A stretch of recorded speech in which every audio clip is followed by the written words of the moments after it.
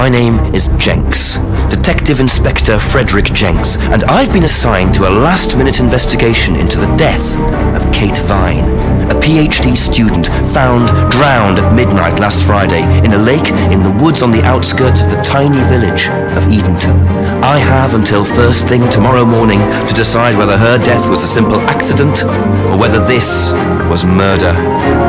Kate Vine appeared to the world to be a bright, confident, fun-loving PhD student with everything to live for. However, a history of depression and alcoholism revealed in her medical records suggests that in reality, she had become adept at hiding behind a mask. A lab report indicating a high level of alcohol in her blood, along with the late hour of her death and a lack of witnesses, makes a strong case that this was suicide. But the verdict overlooked some curious details. Why was her driving license found on the opposite side of the lake in which she drowned? Also, there were traces of morphine in Kate's system. Where did she get it? Kate was known to be a free spirit with a nihilistic love of danger, which may, in part, have something to do with a business course called Atlas, which Kate had joined and which she had been attending on the night of her death. Based in a large, stately home on the outskirts of the village, the exclusive Atlas is run by father and son team, Paul and Ryan Rand. Both were interviewed following Kate's death, but neither claimed to have seen Kate after the meeting, and both were understandably eager to distance themselves and Atlas from the tragedy. This isn't the first time that Atlas has been investigated. Atlas and their questionable methods, which many have suggested border on mind control. Ryan is married to Rebecca, landlady of Edenton's village pub, the George and Dragon. As yet, she hasn't been interviewed, though it's likely Kate visited the pub on more than one occasion. One of Kate's friends was Emma Bowman, who lives at Eden Lodge on the road leading out of Edenton Village. Emma was also doing a PhD at the same university, but didn't attend Atlas. Interviewed after Kate's death, Emma seemed shocked and upset, insisting she hadn't seen Kate that night. However, it turned out her boyfriend had. Simon Thompson met Emma at university. After completing his degree around 18 months ago, he went to work at a shop in the neighbouring village. He started at the Atlas course a few months ago. Simon insisted that he didn't see Kate after the meeting, but the sergeant interviewing him noted he seemed oddly unmoved by her death, which makes him the first person I want to see tonight. It's time for some answers.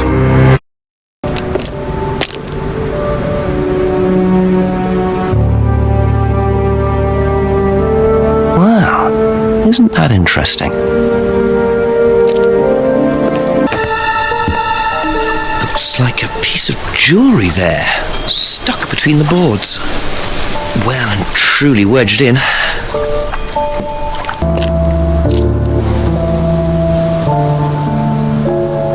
Very trusting, leaving a bike unlocked. Looks like homebrew equipment.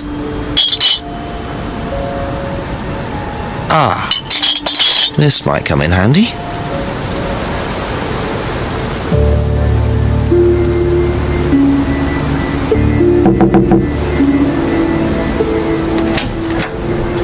Is it Simon? Yeah. Detective Inspector Jenks. I'm investigating an incident in the village. Could I come in and ask you a few questions, please? Yeah. Thank you.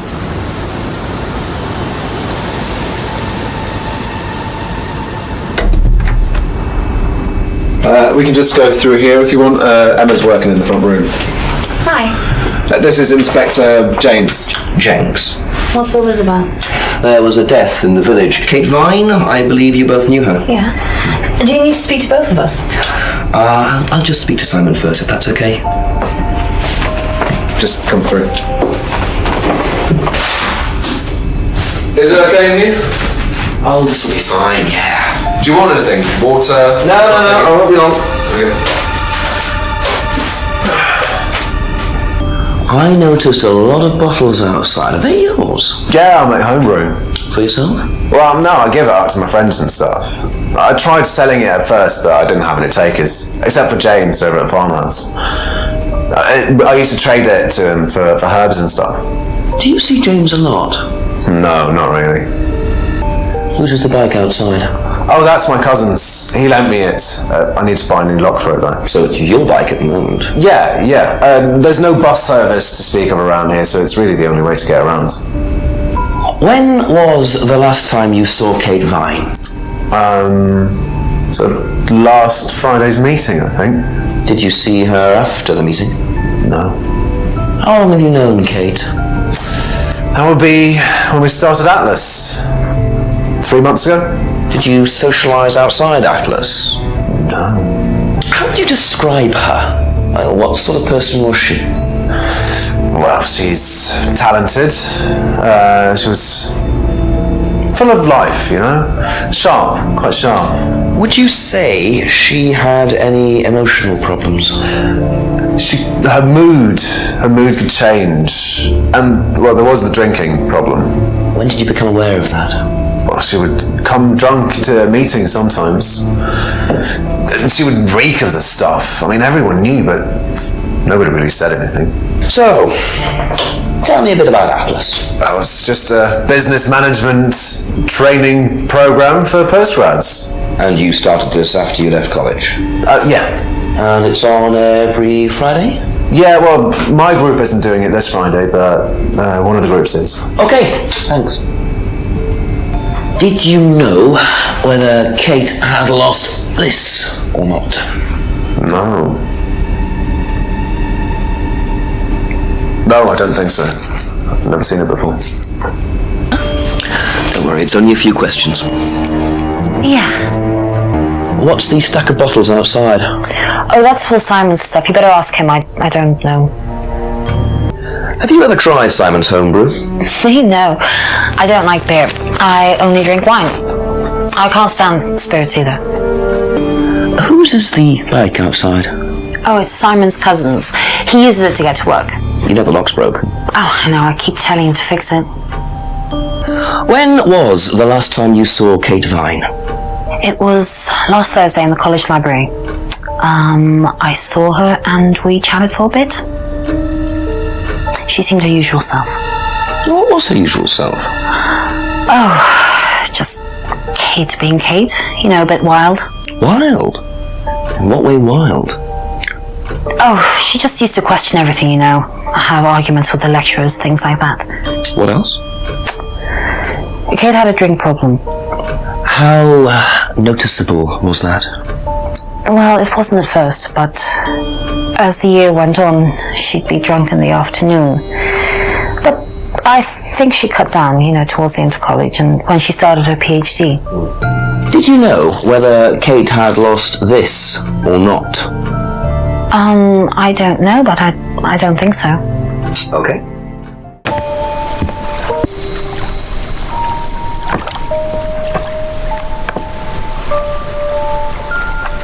Interesting. I thought forensics had checked the whole area. Obviously not very well.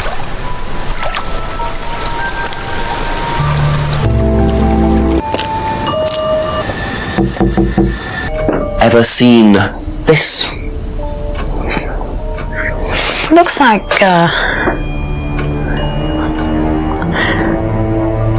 that's my old necklace. I gave this to Kate. So Kate might have been wearing it last Friday. Yeah, well, perhaps, but I can't see why. She was always buying new things, you know, lots of jewellery, stuff like that. It's meant to be a bird in cage, but the cage's fallen off. Oh, I'll show you. Where did you buy it? I didn't. Some wanted present. Secret admirer?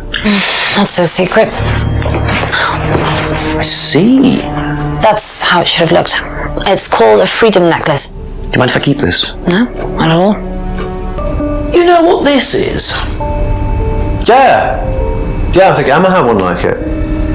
Actually, you know what? Kate had one. I remember because I asked her about it one night when we were all out drinking in college. I was probably pretty drunk. That's what college is all about.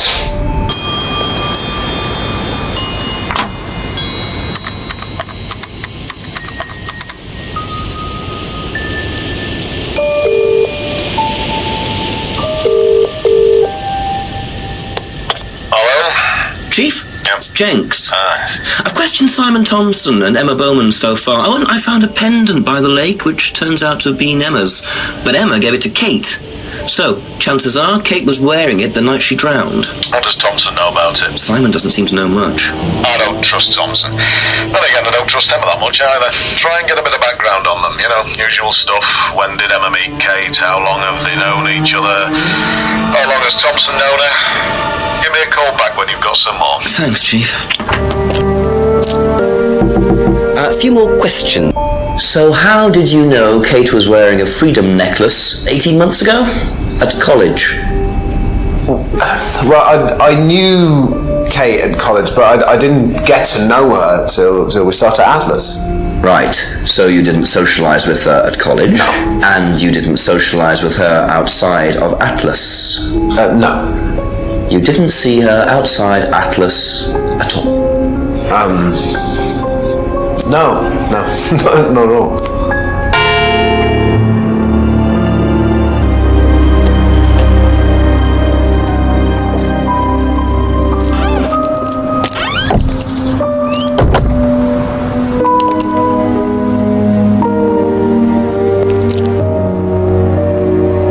A broken window, recently smashed by the look of it. Might have to ask about that.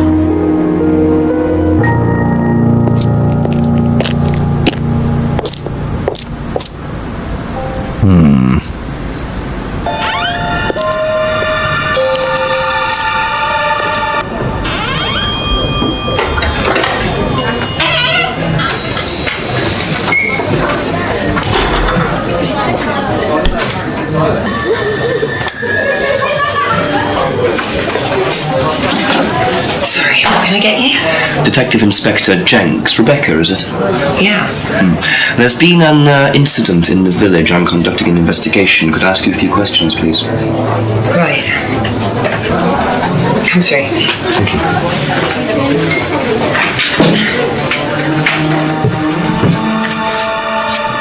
What's it about? There's been an unexplained death locally. Not sure if you've heard. The student? Yes. Yes, it was dreadful news. You're married to Ryan, one of the Atlas leaders, yes? I suppose I am, yes. Well, I just wanted to ask a few questions about Kate and Atlas, if that's okay.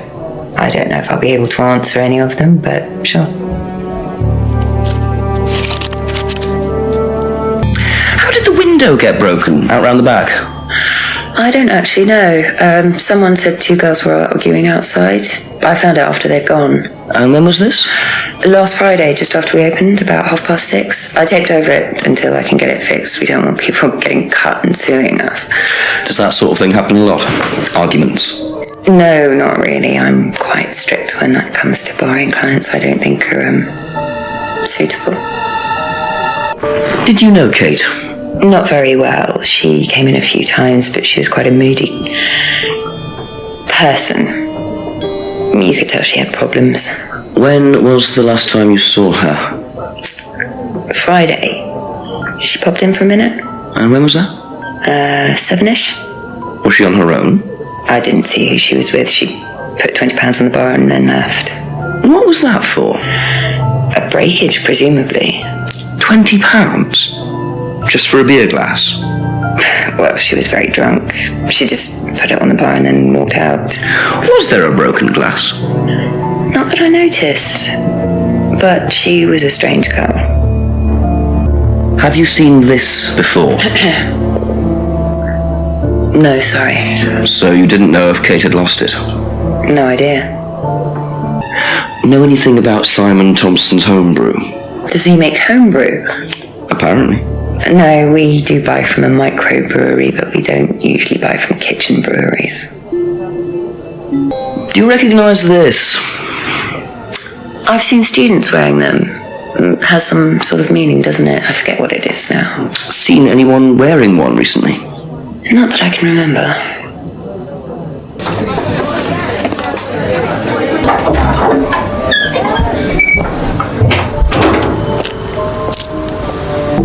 Couple more questions.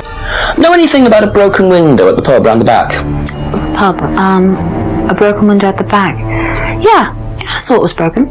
When was that? I was in the pub on Monday with a college friend. later on, if that's okay. Do you know anything about a broken window at the pub? No, I don't really go to the pub very often. I'm not exactly a pub person. Probably be back later.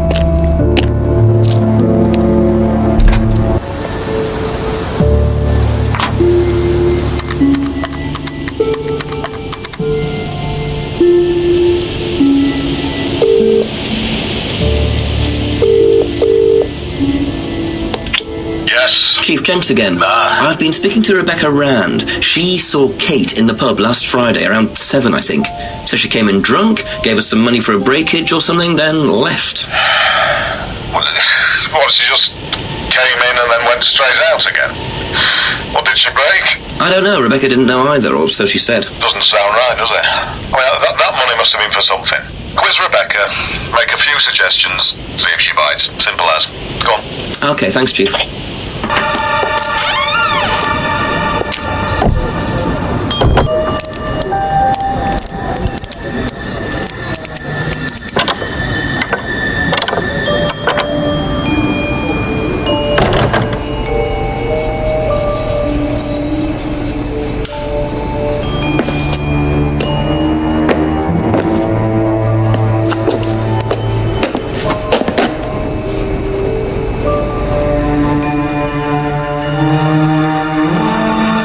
Whose mask this is? Rebecca's or Ryan's?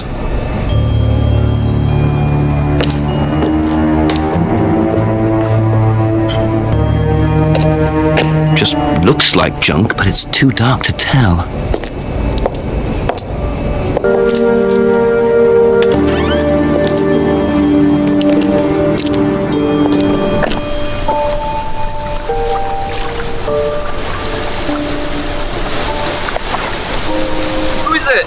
I'm a police officer, Detective Inspector Jenks. It's alright, you can carry on if you want to. I was just going. I'm investigating a death in the village, Kate Vine. There was a death recently I knew her. Well, could I ask you a few questions, please? It's a bit dark. Well, if you give me your name and address, I'll come later on. Where do you live? Farmhouse! And what's your name?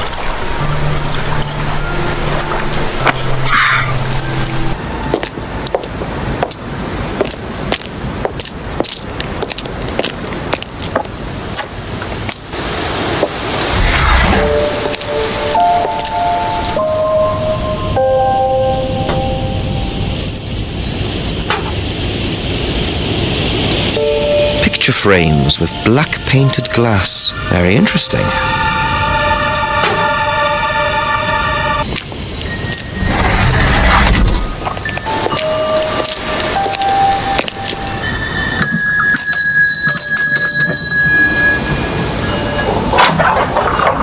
Could I ask you a few more questions, please? Didn't take you long. Haven't got much time. Just close the doors, shall I? Where do you want to sit? Oh, anywhere's fine. I didn't quite catch your name. James, sit there. Thank you, James. Why are you asking me about Kate Vine? Routine. You know Simon, don't you? Thompson. Why, what did he say? That you all went to college together, you and Kate. That right? Might have done. Right. Good enough. When was the last time you saw Kate Vine? Can't remember. How did you know her? Through Simon. His girlfriend was mates with her. Saw her around college a few times. Did you socialise with her much? Nah. She wasn't my type. Did you know whether Kate had lost this or not? No idea. Have you ever tried Simon's homebrew? Thompson's tar? Yeah, I've tried it. Did he sell it? Well, not to me, not for money anyway. We used to trade stuff. What did you trade? I make a nice herbal tea as it happens. Him and his girlfriend were into it. What was his beer like? Lethal. Strong? Knock your eyes out. Ever seen one of these before? Freedom necklace. Don't think so. Know anything about a broken window at the pub? Don't go to the pub. You've never been to the pub. Didn't say that. I've been to the pub, but not for about 2 months, 3 months.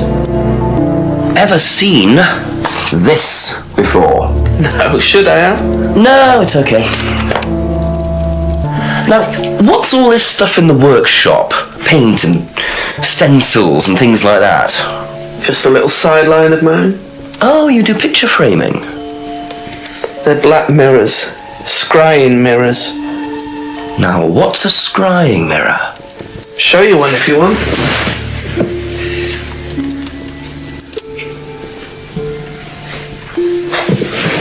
Scrying goes back centuries. The ancient Persians did it. This country pagans still practice it. The fortune tellers pretend to do it. That's what the crystal ball's all about. It's all scrying. The mirror's just one way of doing it. But what is scrying? Depends who you are. People do it for different reasons. What sort of reasons? Exploring your mind, clearing your mind, communicating with the dead. Is that what you use them for, James? Communicating with the dead? I only make them for other people these days. And there's a market for these, is there? Lots of people want to talk to the dead, even if they don't believe in it.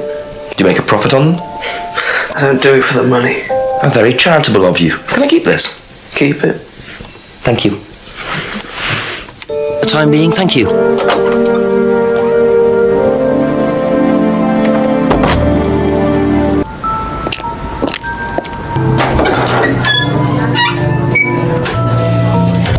Do you know what this is? Oh, you'll have to ask Ryan about that. So this is Ryan's. It's to do with one of Ryan's methods on the course. Go on. Well, masks allow you to play it being someone different for a while. Students find it quite liberating. So this would be for a student. I think that one's Ryan's, but students do wear them, yes. Have you seen one of these before? Is it meant to be black like that? I think so. No. So, you said Kate gave you £20 for a breakage, but you didn't have a breakage. That's right. Do you think the payment could have been for the broken window? Could it have been Kate who was arguing? Well, I suppose it could have been, yeah. It could have been Kate, you're probably right, yeah. But you don't know who she was arguing with? No, I'm not sure. I'll ask around.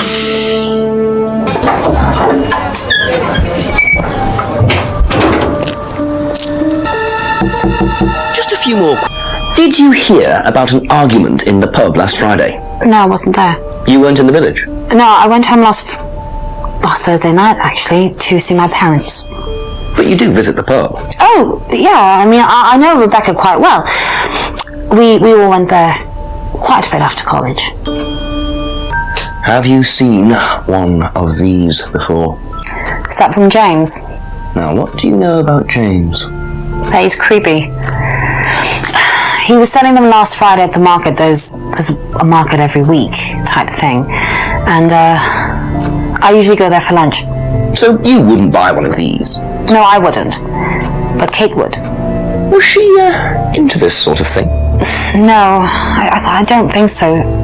She bought one, and I went round to her flat to try it out. You're meant to see ghosts or spirits or something. It doesn't work. How do you use it? You're just meant to stare into it. Shall I show you? Go ahead. Okay, so you just stare like this, and then you see. See what? Sorry. Look, you're meant to see a ghost or something. Look, it doesn't work.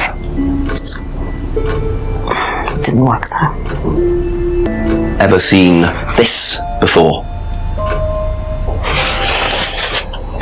Nope, I haven't, sorry. I think I'd have remembered it. So, you went home to see your parents on Thursday night, that right? Yes. But you said you saw James at the market on Friday. No, I went to see my parents on Friday night. What time did you go on Friday? 8 or 9. And you didn't see Kate at all on Friday? No. You're not a very good liar, Emma. Okay. I saw Kate. Where? At the pub we were arguing. Go on. What were you arguing about? I'd lent her £50 because she was desperate, and we were just arguing. It didn't really bother me, she just didn't have it. And Kate broke the window? Yes. She did things like that when she was angry. Smash things? Yes. Back later on, if that's okay. Know anything about an argument at the pub last Friday? No, I didn't go to the pub last Friday. What did you do after the course? Just went home. Came here. Just came straight back. Ever seen one of these? Yeah, that's one of James's. He's into like new age stuff, mysticism, magic spells, that sort of thing. He's nuts though. I mean, he thinks the government are tracking him or something. Why would he think that? Well, I don't know, you'd have to ask him.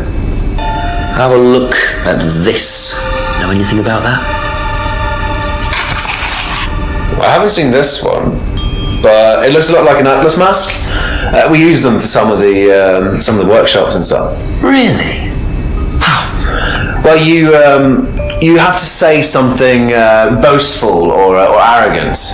You do it first without the mask, and then you say it with a mask. And the point is? Well, it's easier when you have the mask on, isn't it? People are not as afraid to be free about themselves, you know? How did you find out about Atlas? Well, it was advertised. Actually, I think I've still got the... This is the advert that was at my college. To be honest, I've learned more in 3 months at Atlas than I did in 3 years at business school. Can I keep that? Yeah, go for it. That's it for now. Thank you.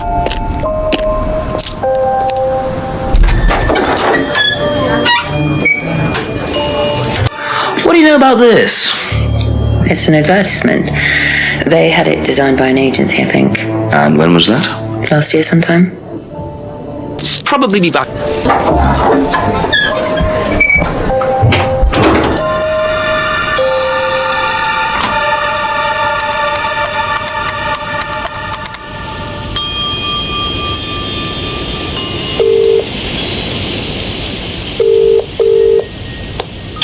Hello, Jenks? Yeah, Chief, I had a confession from Emma Bowman. It turns out she was arguing with Kate last Friday outside the pub. Kate broke the window. That's what the money was for. What were they arguing about? Money. Emma says she'd lent some to Kate, but Kate hadn't paid it back. So Kate had money problems, so she broke a window and then paid Rebecca back for it. Something doesn't add up there, Jenks. It doesn't make sense, does it? No. Call me back when you know some more. Okay. Speak later, Chief. Yeah, bye.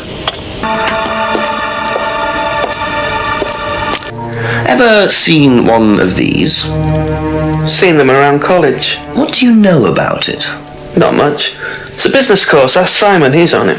You wouldn't be interested in that sort of thing? And you haven't discussed it with Simon? Not really. Business doesn't interest me. Know anything about an argument at the pub last Friday? No. Probably be back later.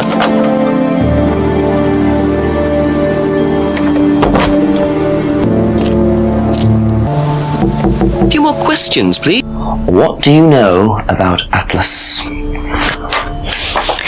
I know that it's a business course. I went with Simon when he first went, but it wasn't really my thing. How often did you go? Just the once. And you decided it wasn't for you? Yeah, I'd been to something similar, so decided it wasn't for me. On, if that's okay.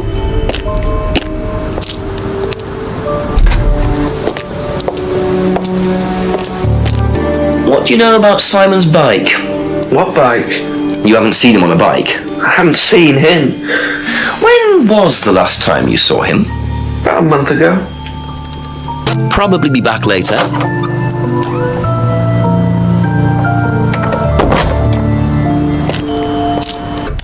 So you lent money to Kate because she was desperate, but she bought loads of jewellery and things. So why were you lending her money? Well, no, it's because, It wasn't about money, was it, Emma? No. Go on. What was it really about? We were arguing because she was going to blackmail Ryan, the guy from Atlas, over an affair he was having, and then tell his wife if he didn't give her the money. Ryan's affair with Kate? No, I don't know. I think he was having an affair with another student and Kate found out. And why were you involved? Because I didn't really agree with it. I didn't agree with what she was doing, even if he did have an affair. Were you friends with Ryan? No, I'd never met him. You just thought Kate was wrong? Yeah. You said you went to an Atlas meeting with Simon? Yes. That's interesting, because I happen to know that Ryan is the main lecturer at Atlas. But you say you never met him. Why did you say you don't know him? Okay, I need to tell you something. I just need to make sure Simon doesn't find out. I won't be telling Simon anything he doesn't have to hear. And you can't tell Rebecca either. Go on. Okay, so the affair that happened was between Ryan and I. I was having the affair, and Kate knew. So Kate was blackmailing both of you? No, she didn't care about me. It was part of the course, you see, having to take all these risks. She thought it was funny to turn it back on Ryan. She thought I wouldn't care. But you did.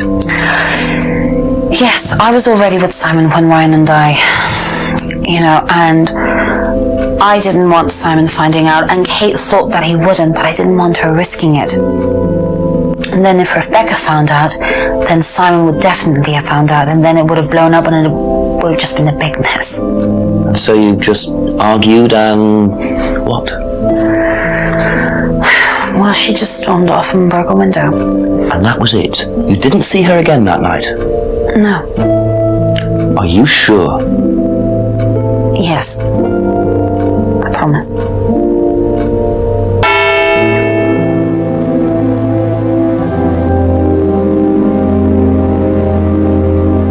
You mind not defacing public property, please? What's it to you? Well, I'm a policeman. And that's supposed to make what difference exactly? It means that you do exactly what I tell you to do. Or what? Or you arrest me? No, I'll give you a fine this time. So, if I do something that you don't like, I have to give you some money? What happens if you do something that I don't like? You're going to give me some money? Look, I do not have time to discuss it at the moment. Could you just go?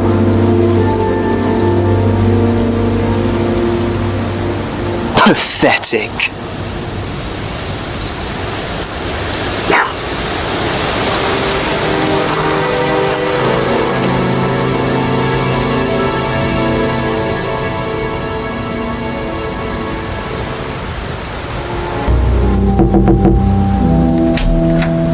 There you go. Come on. Thank you.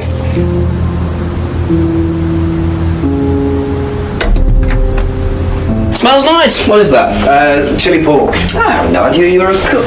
Oh no, I used to be more into it. No, I don't do it so much. I used to grow my own herbs and everything. Oh, here?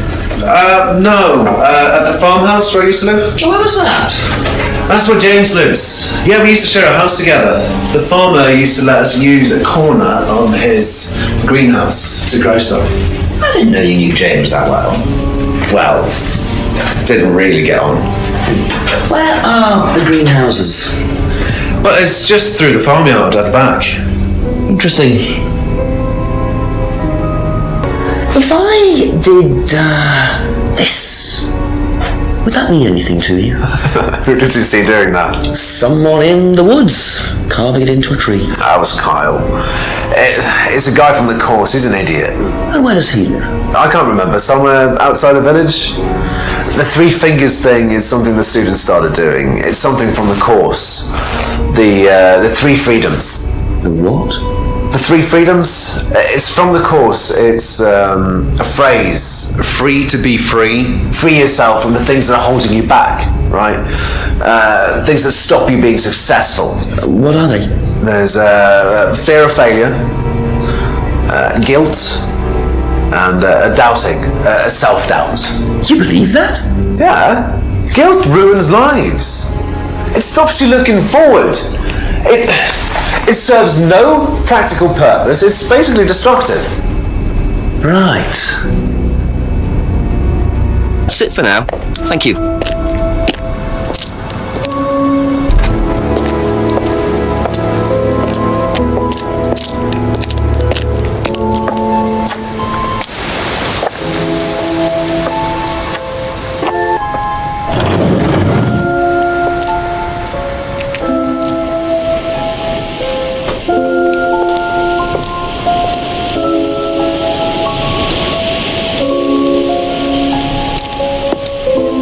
I wonder if James knows this is here. Don't know what it is, but be interesting to see what he says about it.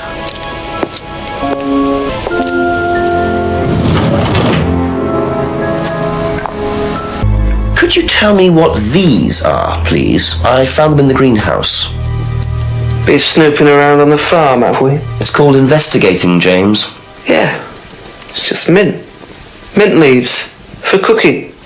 Yeah, I heard you were a bit of a budding chef. Dabble a bit. Won a few competitions. Very impressive. So you normally just leave packets of mint lying around? Must have dropped it. Probably be back later.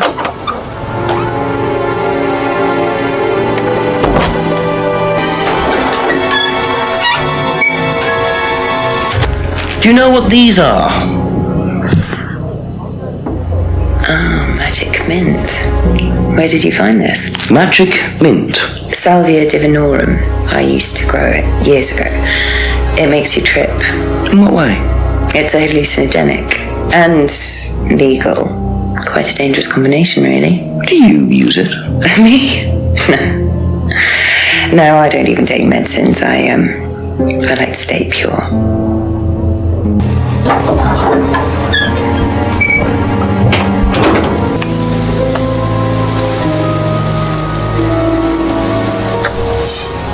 What are you? Private eye? No, I'm a police inspector. Who are you looking for? I'm investigating a death in the village. That student, then? They did one last year, too. Same place. Did what? Drowned a student. Ask that psycho about it. He runs that business cult thing up at the big house. Bunch of nut jobs. Hey, what was the student's name? Liam something. Or so.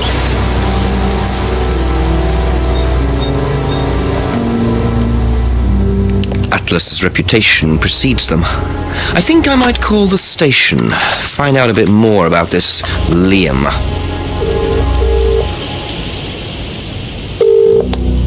Hello, DCI Jones speaking. Mike, it's Jenks. Alright, Jenks, I thought you'd clocked off tonight. Yeah, the chief's put me on a case tonight, the Edenton girl. Friday night, you poor sod. I thought that was sorted out anyway. I wish it was. Listen, are you near a computer? I can be. Yeah, go on. Do you know anything about a death last year? Someone called Liam in Edenton Village? Don't remember it. Hang on, let's have a look. Edenton Village.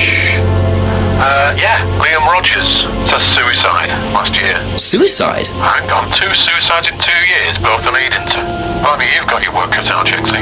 Yeah, don't I know it. Right, well, good luck with that and see you Monday. Thanks, Mike.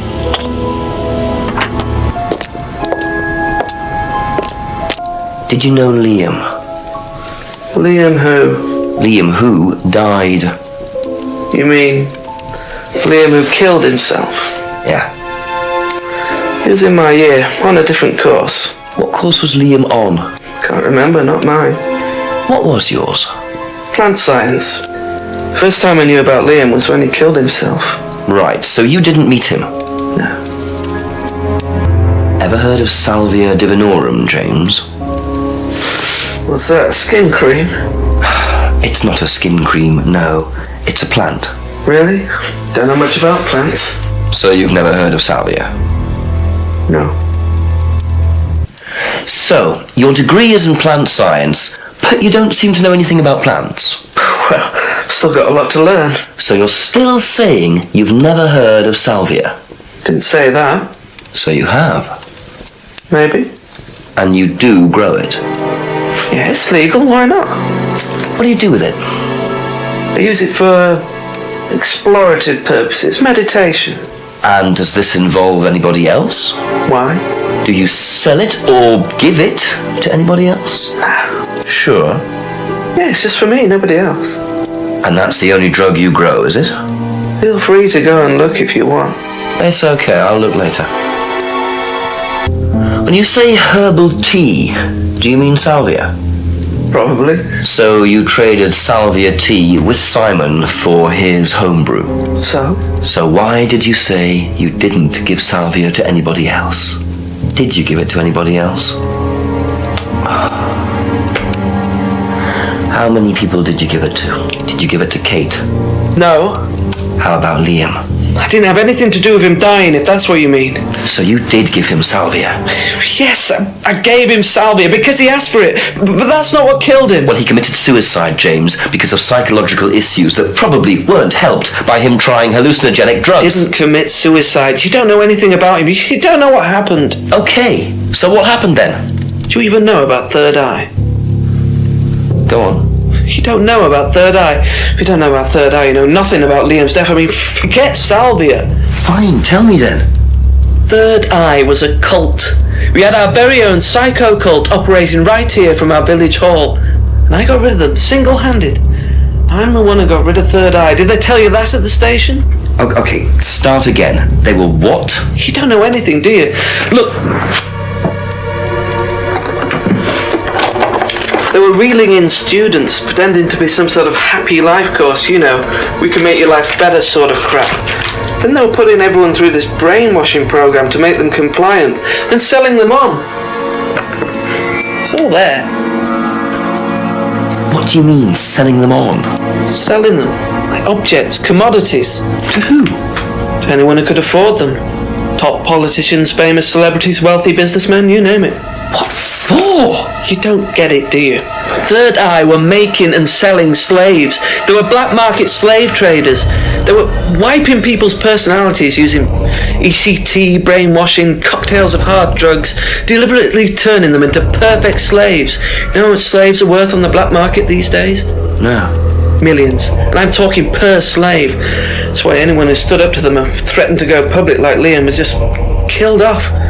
They didn't give a damn. So you're saying Liam was murdered by Third Eye? Exactly what I'm saying. So I started looking into it. They were all saying it was suicide, but there's no way. So, did you ever actually meet Liam? I found out about him. And how did you find out about all this other stuff? It's obvious, you can tell. I met some of the students. You could see straight away there was something wrong. They were like zombies. You know, I can tell when someone's got ECT damage or when they've been through mind conditioning. It's just obvious. I mean, US military used all these techniques back in the 50s. It's all documented, you can read about it. They showed all the same signs. So, did you ever actually go to a meeting? No, but I knew what went on. How? From what people said who'd been through it. Okay, so do you know anyone I could speak to who did go through it? Well, no. Look, it doesn't matter. Why did they close down if it wasn't true? They just closed down and disappeared overnight after I put all the flyers up. Bit of a coincidence. But that was just after Liam died. Yeah? And do you think that had anything to do with it? Maybe, but it was the flyers that forced them to close. Okay. Do you mind if I keep this? Yeah, you investigate it. It'll all come out. Third Eye definitely killed Liam.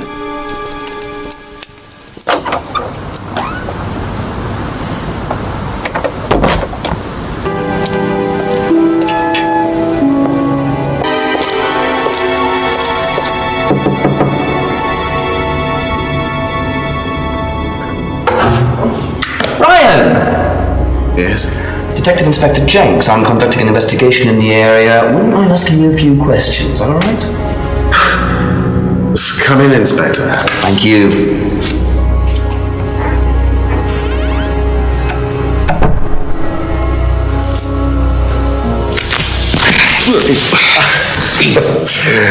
Drink, Inspector. I'd better not, eh? So you wanted to speak to me? I believe that Kate Vine was a student at Atlas. Kate Vine? Well, yes, she was. All of this has been thoroughly investigated, Inspector. It was suicide. Well, we have reason to believe there may be rather more to it than that. Really? Well, then in that case, I'd be prepared to assist in any way possible. Thank you. My pleasure.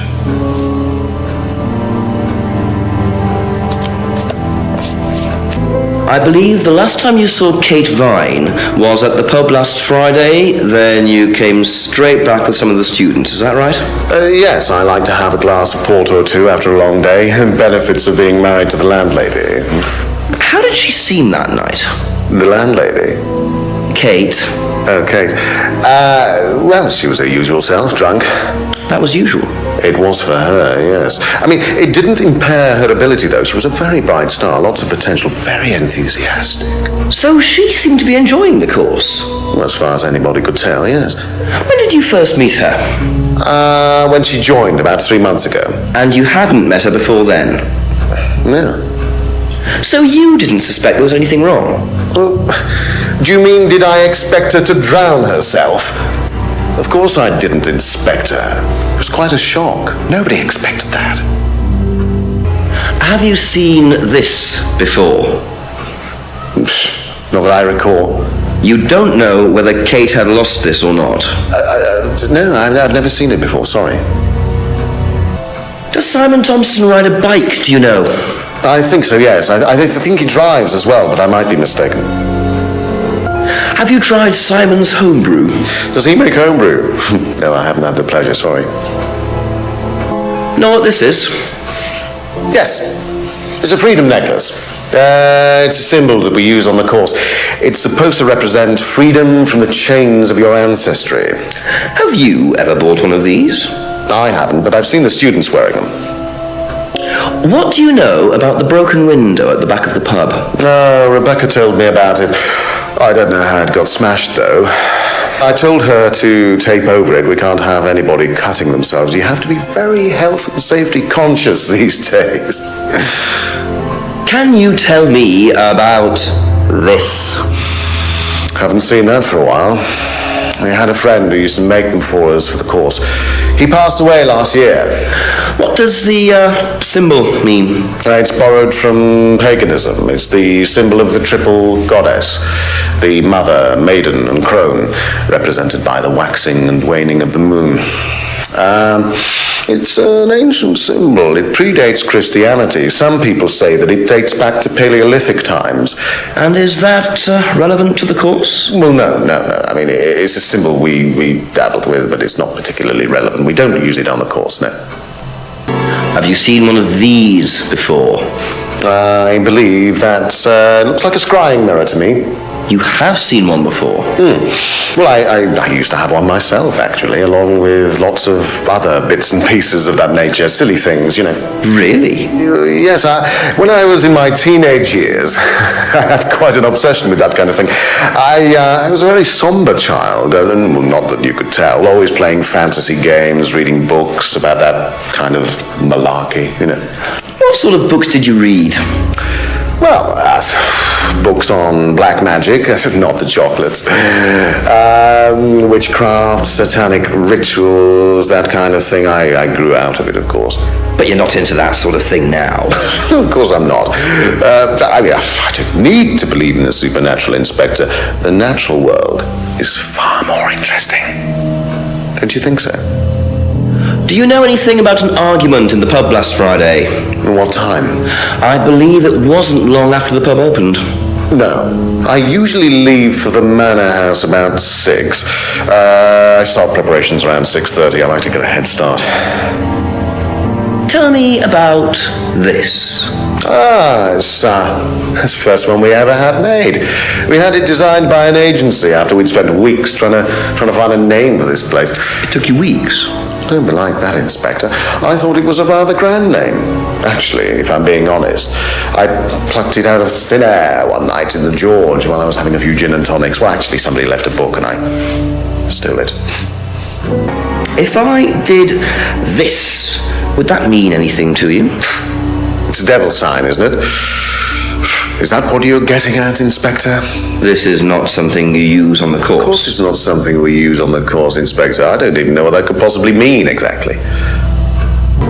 Can you tell me a bit about the phrase, free to be free? Free to be free, my favourite motto. Well, we teach our students that people, they suffer from excessive guilt, don't they? Excessive self-criticism, excessive doubt. Evils of excess, we call them.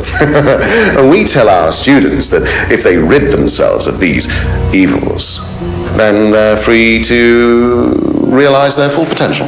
Who came up with all this? I have a background in psychology. Honestly? Don't look so surprised, Inspector. There's an intellect lurking in here. When did you come up with the phrase? When we were based at the village hall. When I say we, I came up with the phrase. Dad's more the money man. And very successful at it too, I hear. Oh, he's successful, but he's not a creative man. Dad suffers from a lack of imagination. Do you know what this is?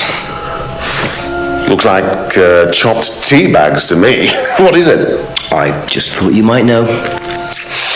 I don't know anything about plants, Inspector. What you should do is ask Rebecca. She knows far more about these things than I do. Messy things, growing things. Have you ever heard of Salvia divinorum? No. What is it? It's a hallucinogenic plant. A legal one. At least for the moment. I've no interest in drugs, Inspector. My job. That's the only drug I need. As trite as that may sound. Do you know any students who may have used hallucinogens? No. My students aren't interested in that kind of thing. Besides, no one is allowed drugs or alcohol onto the site. I don't think anyone has ever brought drugs to Atlas. Do you have any medicines on site at all? No, we're not allowed. Insurance purposes.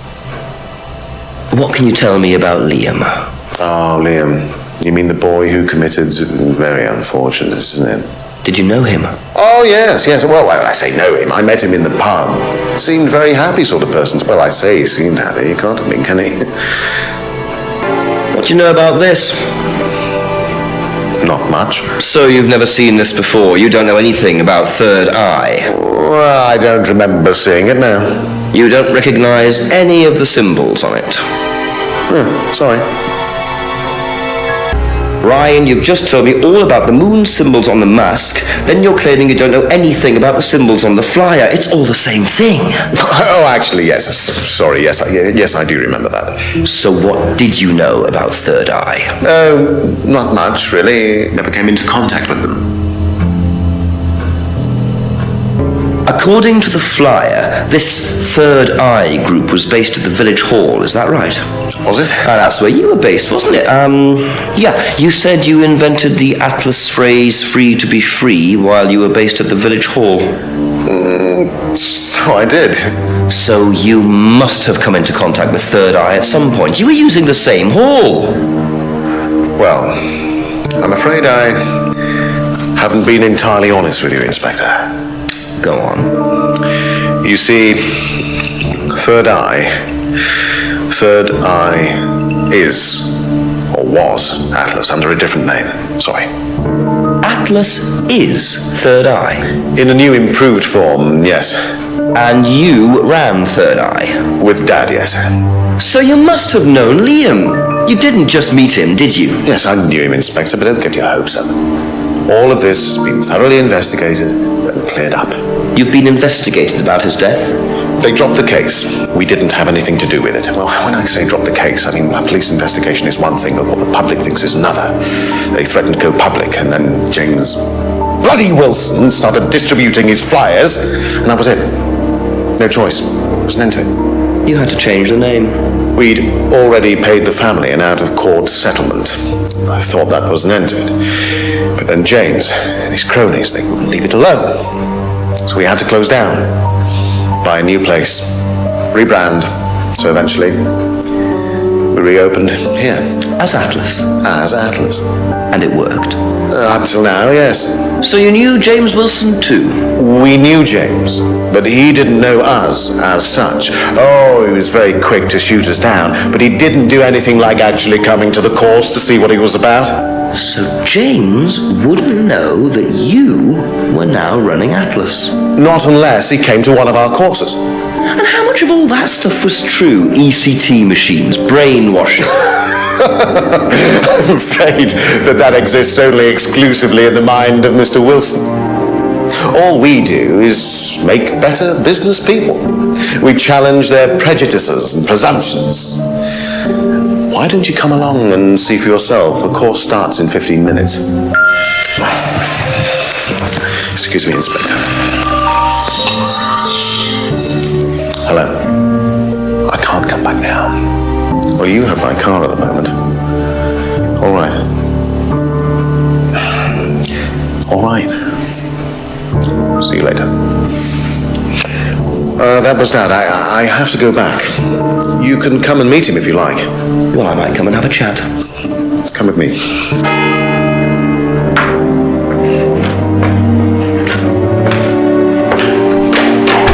To be perfectly honest, Dan's a great businessman, but he lacks imagination. He does, however, believe in the power of the individual, when taught by the right teacher, of course. Ryan! In here. Just coming. He's through here.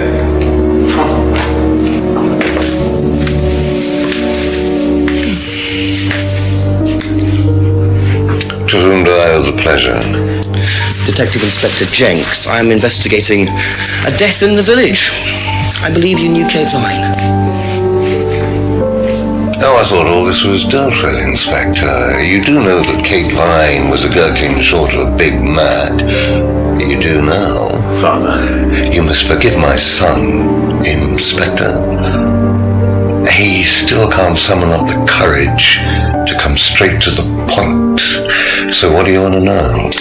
Well, a few more questions if you don't mind. Oh, but I do mind. I'm a very busy man. Try asking an intelligent question, like, do I mind being quizzed about a once promising student who turned into a useless drunk? Ryan, would you mind leaving us for a while?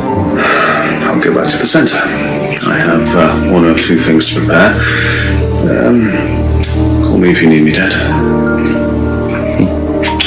You may begin, Mr. Holmes, although I'm not going to be able to help you. I don't have much to do with the course nowadays, so I can't give you any hard information.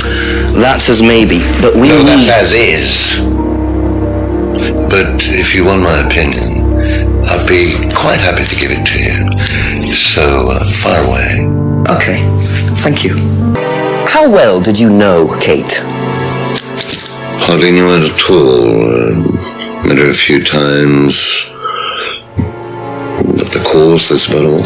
So when was the last time you saw her? Last Friday. I just popped down to the course and about 7. Did you speak to her then? It's possible. And how did she seem? Was she happy, sad, preoccupied? She was drunk. Do you know if Kate had lost this? It's her driving license. How would I know that? You didn't see it lying around anywhere? No. Did you know anything about Simon Thompson's bike? No. Ever tried Simon's homebrew? Simon Thompson? No, I haven't. I wouldn't touch anything that has had Simon's fingers in it. Have you seen this before? Looks familiar. Where did you find it? It was, in the woods. Presumably had something to do with Kate or her killer. Well, that's what I'm trying to establish. Shouldn't it be in an evidence bag, Inspector, in case of contamination? I didn't have one with me, unfortunately. Well, don't go testing it for DNA, will you? It's got yours all over it. What do you know about this? It's a freedom necklace. It's a symbol we use sometimes on the course. Little bird in cage flying away.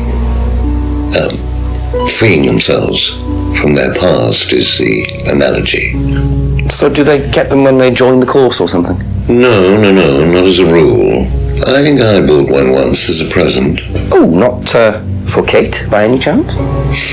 No, not for Kate. I can't really remember who it was for. A birthday present, maybe for one of the students. Which student? I've no idea. What do you know about this? Looks like a mask. You don't recognize it? Not particularly. Looks like a monarch mask. What's a monarch mask? Monarch is fancy dress outfitters. Ryan goes there sometimes. Have you ever seen one of these before? I believe it's a scrying mirror, pagan thing. Ever used one? Why would I use a scrying mirror? So you have no interest at all in this sort of thing? No. Does the Atlas course use them at all? Not at all. Strange question. What did you hear about an argument in the pub last Friday? I didn't go to the pub last Friday. You didn't hear anything about an argument in the pub? Should I have? No, that's fine. Could you tell me a bit about this? Had it designed by an agency. When was that? Last year. Is that when you started the business? Yes, I suppose so. If I did this, would it mean anything to you? I presume you've seen an Atlas student doing that. Ah, so this is an Atlas thing. Well, it wasn't exactly our idea. The students started doing it spontaneously to show commitment to the cause. Cute, really. Which student did you see doing that? I'm not sure, but he was carving it into a tree. I told him to stop. Did you really? Why? Defacing public property. That's the most ridiculous thing I've ever heard. What's the punishment for that kind of thing nowadays? Prison sentence? It's usually a fine. All right. What about defiling public liberty? Does that carry a fine too? Oddly enough, the student in question argued a similar point. Is that something you encourage on the Atlas course? We encourage people who put ideas first and moral anachronisms second. The problem with the law, Inspector, is that it's out of date. Well, I suppose that's a matter of opinion. However, you still respect it. Respect it? I abide by it. We all play by the book, Inspector, but that's only because of the threat of possible incarceration. Can you tell me a little about the Atlas phrase, free to be free? Where did you hear that? I was talking to one of your students. It's a little phrase we conjured up to summarize our objectives. What is your objective, if you don't mind me asking? Mine, or do you mean the course's objective? On the course. The objective of the course is to free people from bondage. We teach that most people are crippled by their past, by guilt, their attitudes, their beliefs. All that kind of nonsense. Guilt cripples people.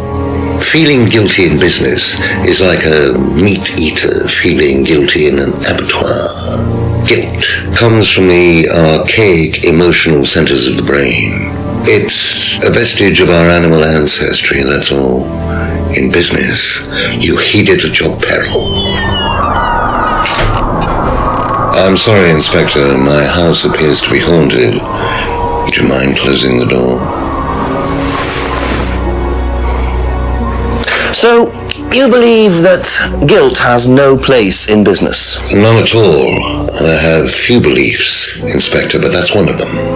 And what if you have done something wrong? Well, that's the whole point. Guilt has nothing to do with it. Interesting opinion. Know what this is, by any chance? I have no idea. Gardening isn't my kind of thing. Rebecca would probably know. I presume you've met Rebecca. Yes, I'm sure she'd enjoy telling you what it is. She's the kind of woman who likes to feel superior. would probably marry a millionaire and then decide to run her own pub. Yes, why was that? Well, she isn't exactly housewife material. She likes to be in control, like Wire. Shame, isn't it, that I'm in control of both of them? Have you ever heard of Salvia divinorum, or magic mint? Sounds like it might be a drug. It's a hallucinogenic plant. Legal, as a matter of fact. I'm not a drug taker, Inspector. I have no enthusiasm for voluntarily poisoning your brain. And you've never seen anyone on the course taking it? Well, if someone had, they wouldn't have done it openly. We don't allow drugs or alcohol on our course. We like to tell students that success is the best drug. Whether you buy into that, of course, is another matter.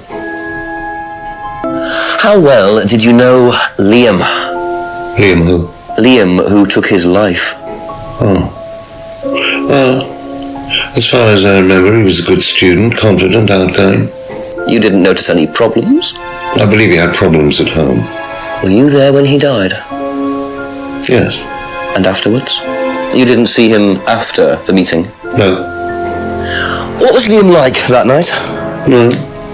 Apart from being drunk, or possibly because of that, he seemed perfectly happy. He was drunk? Well, I assume the bottle in his hand contained whiskey and not lemonade. Lots of similarities to Kate, don't you think? Drinking, depression, is that normal for the students? People come into the Atlas course for quick solutions to their problems. And when they don't get them as quickly as they might have liked, sometimes their impatience gets the better of them. What do you know about this? So you've been graced with Goebbels' company already, have you? James, our local minister for propaganda. I suppose Ryan already told you about our actual previous incarnation. He explained, yes. Did he tell you anything scandalous? Not unless you count the suicide. Well, these things happen. Was it your idea? The suicide? Third eye. Yeah, I suppose it was. As my son had started to atrophy, I decided I ought to give him something to do. And Third Eye was the same as Atlas, teaching business skills? Very similar. So Liam's death didn't prompt you to make any changes? There was nothing we could do about Liam's death, Inspector, any more than we could do anything about Kate's. It was out of our control. You can't blame me for wondering, Paul. 2 student deaths in 2 years. It's called a coincidence, Inspector. I expect they ate fast food also. But you're not investigating all the local chippies, are you? So if you don't allow drink or drugs onto the site, why did you allow Liam to drink whiskey all night? Well, we did give him various warnings. We did try to stop him, but it didn't work. But you let him stay on the course? Yeah, well, we couldn't throw him out. This isn't a primary school, Inspector. We're not the police. We can't enforce these rules. If they pay their fees, they're entitled to stay on the course. And what if they want to take drugs? As long as they do it with discretion, frankly, I don't care if they want to wipe or inject paint stripper all over their faces. Do you store any alcohol at Atlas? No. Is there a kitchen? Why, do you want to go down there and check? Well, obviously you wouldn't mind if what you're saying is true. Of course I wouldn't mind. It's past the lavatories down the corridor, but you won't find any drugs in there or alcohol. On, if that's okay.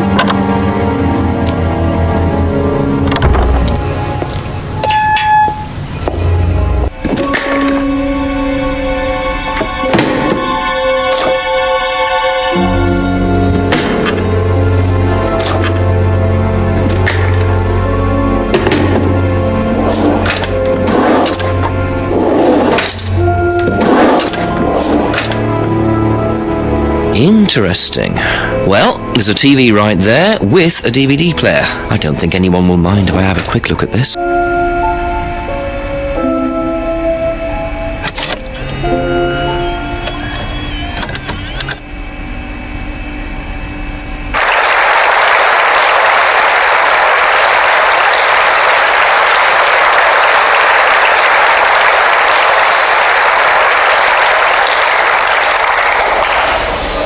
Freedom, true freedom, means freedom from many vices that society had traditionally believed to be virtues.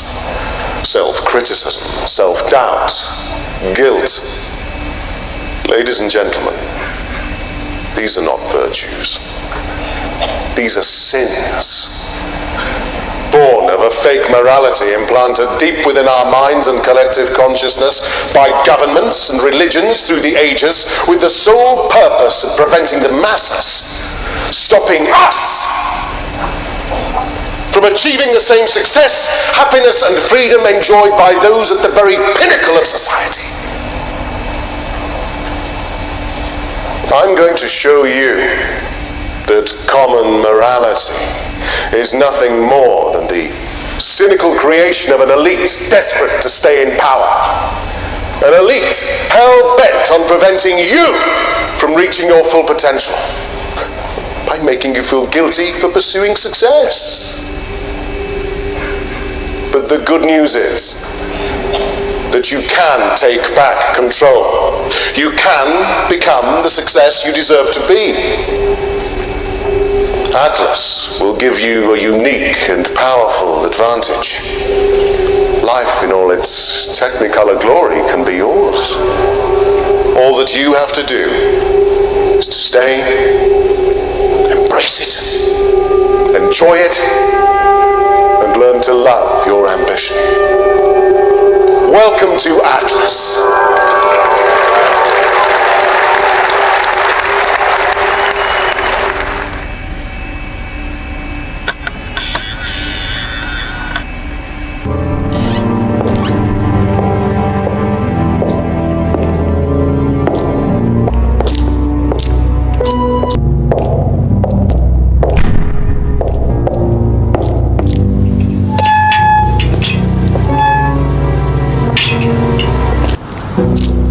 Have you seen this before? No? Don't think so. That's it for the time being, thank you. Have you seen this before? No. No, sorry.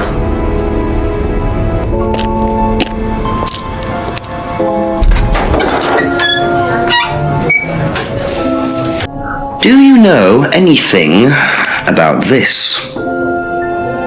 No, sorry. Ask Ryan.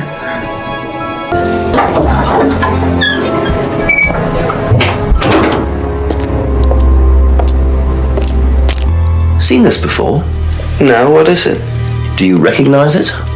No. Should I?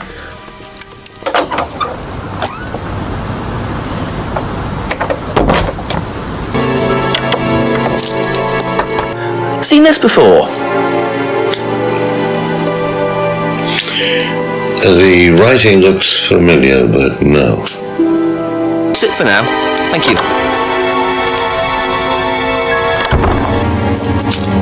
Whoa! Whoa!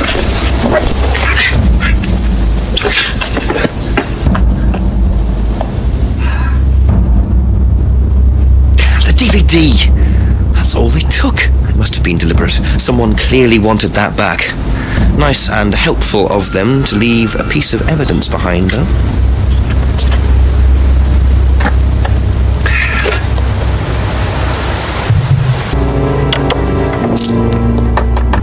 Have you seen this before? No, I don't think so. You don't recognise the shop? No. Is there someone else who works at Atlas? Someone who may have been there tonight? No. There's a cleaner. Comes at strange times, but then he's a strange boy. Work experience. As a cleaner? Well, we did try him in accounts, but didn't work out. Do you visit Monarch Costumes a lot? No. I used to go in there occasionally. Why? But you do know the shop? Yes, of course I do. You see, Paul, I thought you said you didn't know where this bag was from. Well, maybe I do. This was used to put over my head, Paul, by a mugger. Would you like to tell me something? Are you suggesting that I had something to do with your mugging? Did you? You really ask the most ridiculous questions. course I didn't. So why did you lie about the shop? Well, I didn't have anything to do with your mugging, Inspector, but I might know somebody who did. Go on. Did Ryan mention Jason to you as a cleaner? Unfortunately, Ryan at some point told Jason that the DVD mustn't be removed from the site. So, when he saw you take it, he simply thought that he was doing us a favour by, getting it back. He isn't exactly what you'd call one of Darwin's best examples. So what's on the DVD that's so special? Alright, it was something I did myself, a little stunt I pulled to amuse the students. What kind of stunt? I pretended to steal from the students. I emphasise the word pretended. The students knew all about it afterwards. Everything was above board.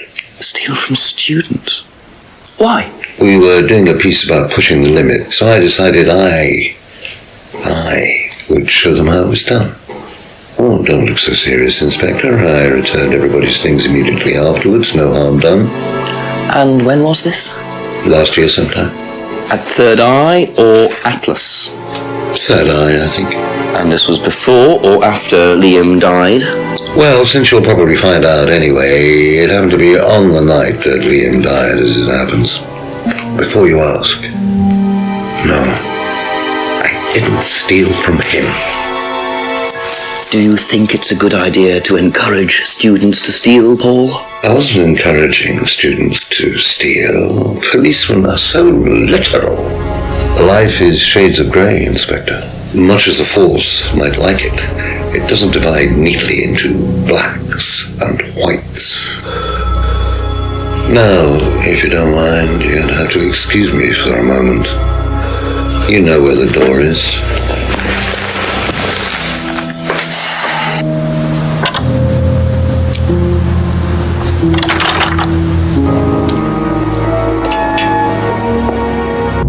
Let yourself go. Feel your soul lifting.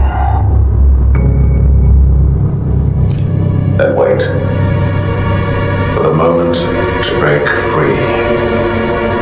Then break free.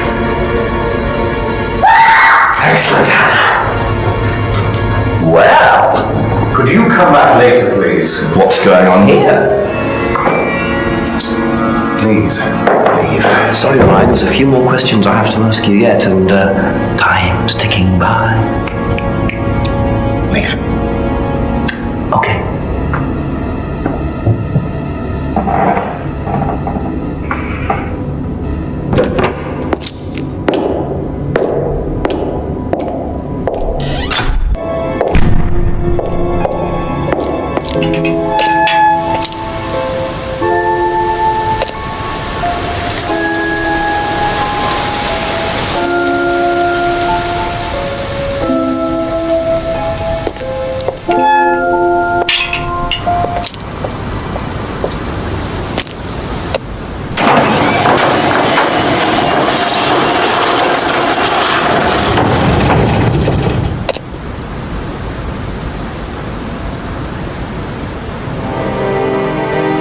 So, those are Ryan's guitars, kept in a garage. Not really the best place to keep...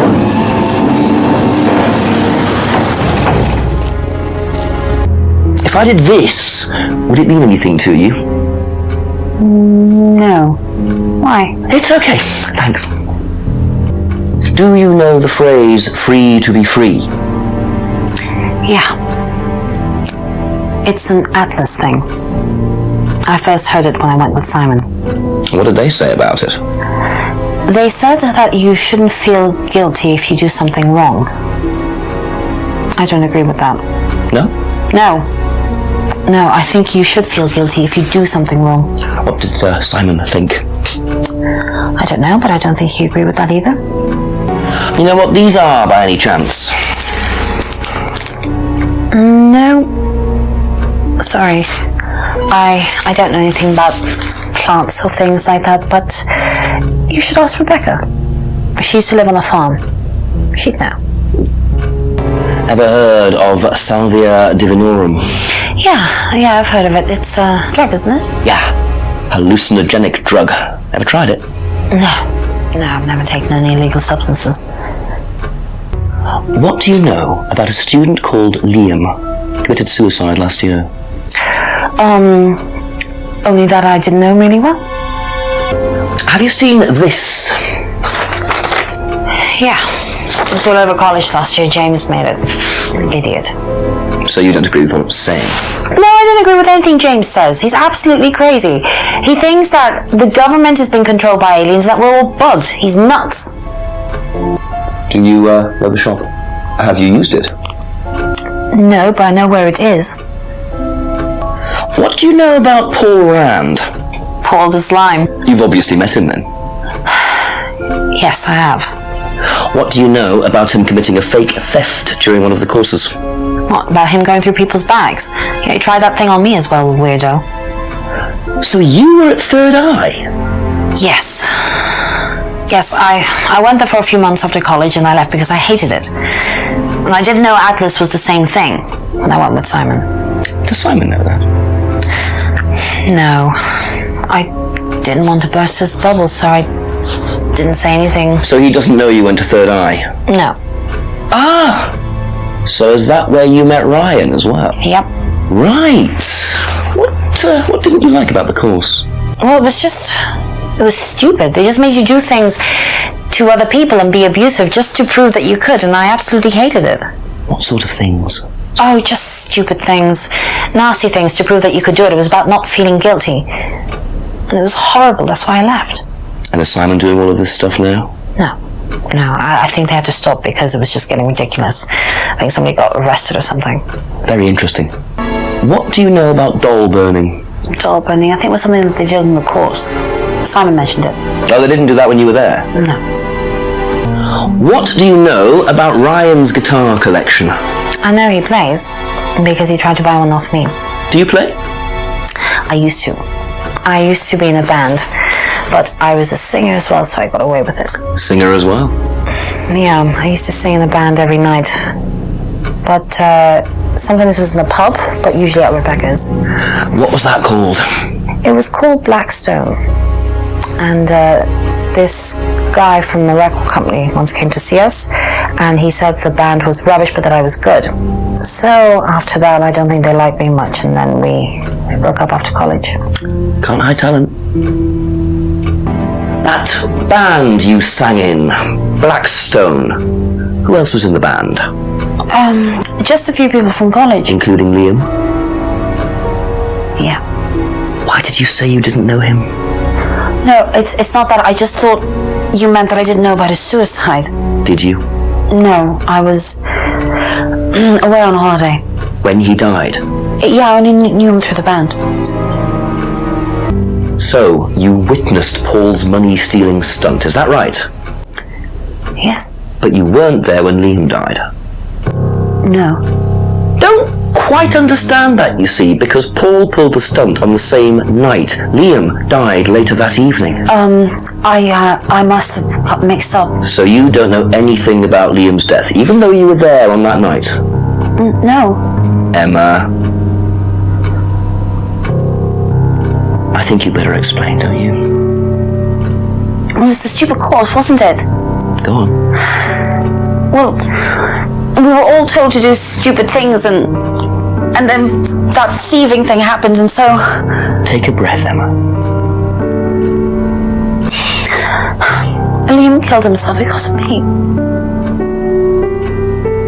Why?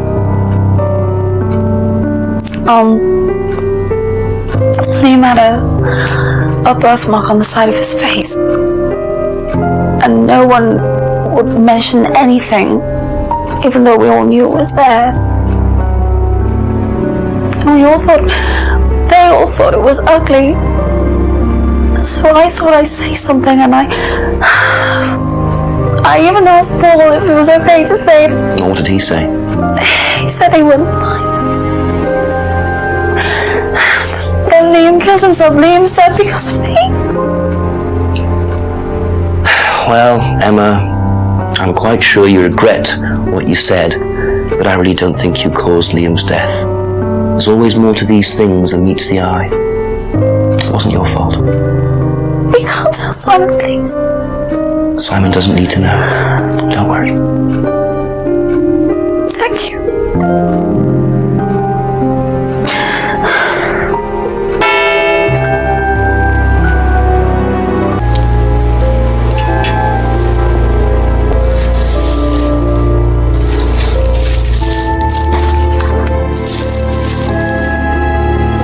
That'll come in handy. Don't know why I never remember to buy one.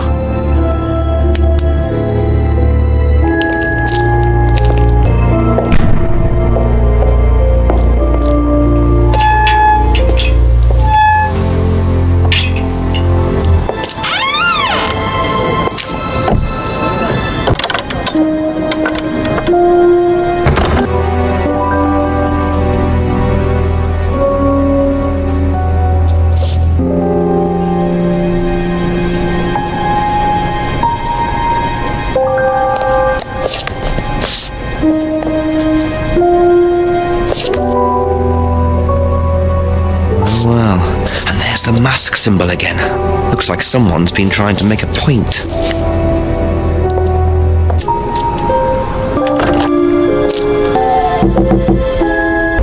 Know what these are? No. Look a bit like sage leaves. Haven't seen them before though. Not at all, no. Ever heard of Salvia divinorum? Salvia divinorum? Magic mint, same thing. Oh yeah, you mean the drug? Yeah, I've heard of that. Yeah, ever tried it? Well, once or twice, yeah. But it's not really my sort of thing. It messes with your brain. I've never tried any other drugs either. Well, nothing like that. Nothing hallucinogenic. What do you know about Liam? Liam? Local lad. Took his life. Oh, that Liam! Yeah, I heard about him.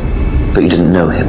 No, I know he went to college, but didn't really know him. It's sad though. Have you seen this before? Oh, is this the thing that James did? Yeah, I've heard of it. What do you know about all this? Third Eye, I think they were called? I don't really know anything about it. I mean, I've heard about Liam's death, but all I know about Three Eyes or whatever is on this flyer. So you hadn't heard about Third Eye? No, sorry. You seen this? You know the shop? Yeah, I know the shop. I hired something from them last year, I think. This is for a party, I assume? Yeah, something like that. What do you know about Paul stealing money from students? Part of a stunt or something? What, did he do that? I've never heard about anything like that. No, it might be part of the risk-taking thing, though. Explain that. Well, it's part of the course. You have to do something dangerous or risky, something you wouldn't normally do. Something dangerous? Well, not dangerous, just risky. Like saying something you wouldn't normally say to someone, or doing something unusual. Like stealing from other students? Well, we didn't do anything like that, but you have to tell everyone at the end of the course anyway.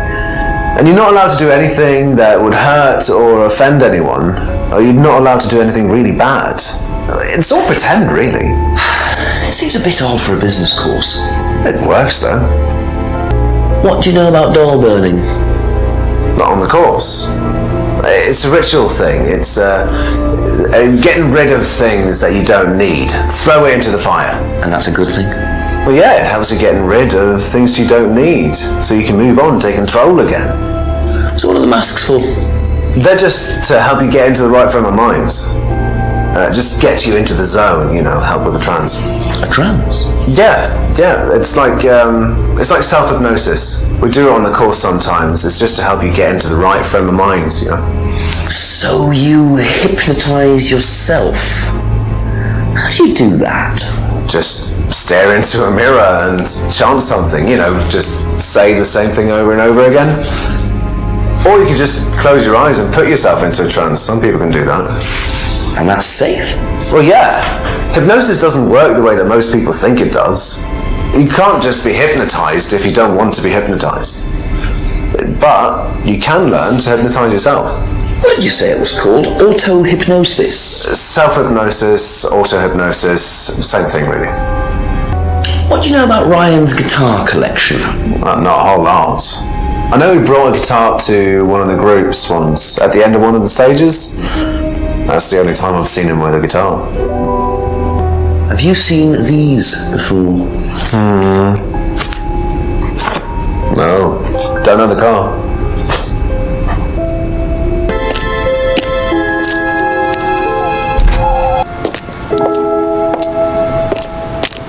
If I did that, would it mean anything to you?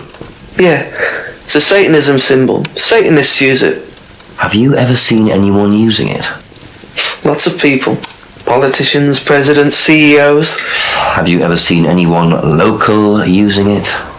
Not that I remember. Ever hear the phrase free to be free? Heard anyone use that? Nah. What is it, a song? No, I don't think so. Doesn't matter. Seen this anywhere before? Nope.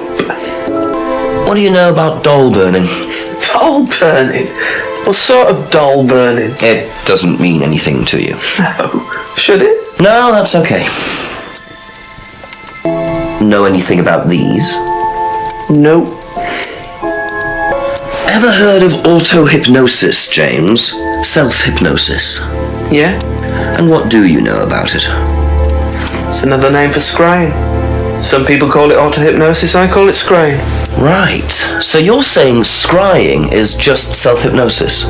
Scrying? You could scry on anything. I don't use a mirror. I could scry watching the clouds. Maybe the water on a lake in the moonlight. And when you're watching the water, what happens? Do you go into a trance?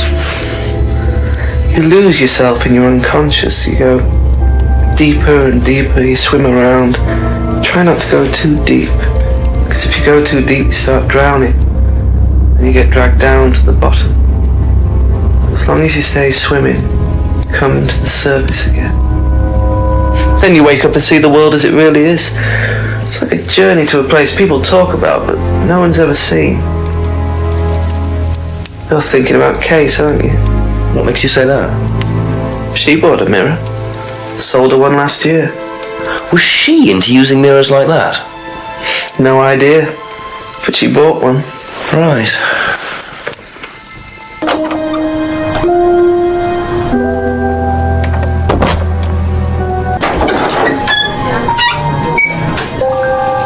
What do you know about Liam? You mean Liam who took his life? He used to play in a band, Black Rock or something? No, Black Stone. Very gothic. I used to let them play in here sometimes at the weekends. They were quite good. Did you know there was anything wrong? I mean, why he might have... No, I didn't know him very well. Have you seen this before? Don't take any notice of that. Why? James Wilson is a fantasist. He spends his time pretending to cast spells in the woods. He's not exactly a stable person. And, I heard that he was involved with growing cannabis. Really? Well, don't quote me on that. So you don't think there's any truth at all to this? None at all. Have you seen this before anywhere? Well, I know the shop, costume shop just outside the village. Ever used it? Not personally, but I think Ryan might have. Did you know about Paul's money stealing at Atlas? Are you talking about a particular incident or just in general? It's something he did on the course, stunt.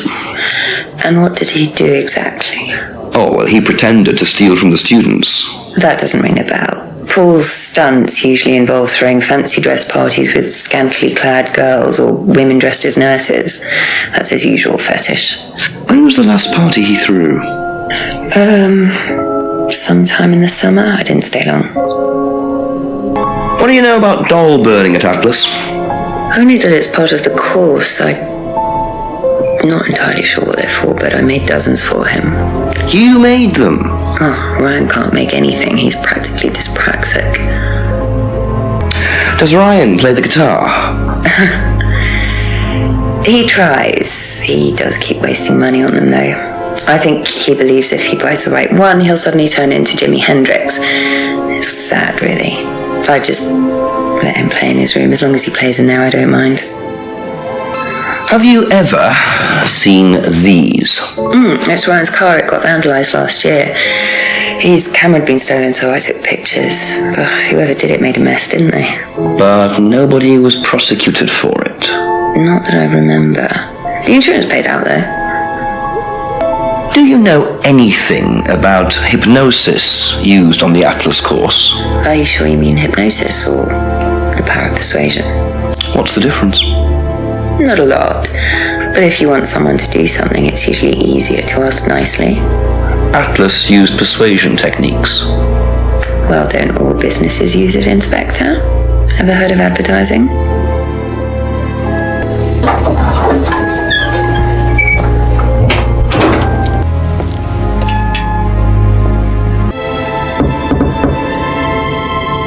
Do you know what this is? Well, I think it's a bag. Is it a bag, Inspector? The shop. Oh, yes, the costume shop. Yes, we used to hire from them.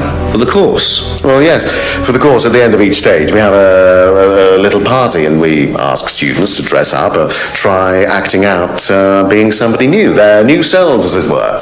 Could you explain a bit more? New selves? One of the main elements of the course is learning how to act, how to be whoever you need to be in any given situation. I think you'll agree, Inspector, that business is about being the right person in the right situation at the right time. What it does, it helps them to detach themselves, become somebody new, pretend, you know that kind of thing. It's surprising what a little bit of cross-dressing can do for you, Inspector. You should try it. Not at this stage. What do you know about your father's money-stealing stunt? Oh, well, yes, that was something that Dan decided to do as part of the shock aspect of the course. But he went too far, you believe? He usually does. And do you think it did have anything to do with Liam's death? No. Liam wasn't like that at all. I mean, that was just a simple, unfortunate coincidence. I mean, Liam had his own problems, but he didn't have any problems with the money shock stunt. No. So tell me more about this doll burning. It's a symbolic ceremony we perform every few weeks on the course. What's it about? It's about burning your old personality and finding a new one, a better one. So the dolls are... you. They represent you from the past. Each doll has a picture of the student as a child or a teenager, and they burn the doll and symbolically destroy their old personality. It's quite simple but effective, I find. And why did that girl shout? Because it's an emotional thing. She quite clearly become very attached to her doll. They do spend the first month with them. We tell them to take the doll everywhere with them before they actually go through the doll burning. And you believe that's a good thing? Destroying your past? Of course it's a good thing, Inspector. We're all shackled to our past, particularly you by the sound of it. Perhaps we should make a doll of you, Inspector, and burn that. What do you think? No, thank you. You're probably right. I'm not sure it would do any good anyway. I didn't realize you were a musician. Oh, well, I'm not really a musician. I mean, I dabble a little bit. To be quite honest with you, I'm far more interested in collecting guitars. You're not in a band? Well, I did audition. I did audition a few years ago. When I say a few years ago, of course, I mean about 20 years ago. Doesn't time fly? What band was that? Oh, I can't remember. Something Stone. Aren't they all called Something Stone? Hammerstone. That's it. And you still collect? I haven't bought a guitar for over a year. I feel I've moved on. Do you know what these are? Oh, yes, that's my old car. It was vandalised. I took those for the insurance company. Where did you find those? At the pub. You know who did this? Yes. A girl called Lisa Blint. She was on the course, very strange girl. And why did she write the words devil worshippers all over your car? Well, She was a very strange girl. She had a lot of psychological problems. I'm not entirely sure, Inspector. I mean, she took a dislike to the course for some particular reason. I couldn't quite put my finger on it. And she asked for a refund. I declined.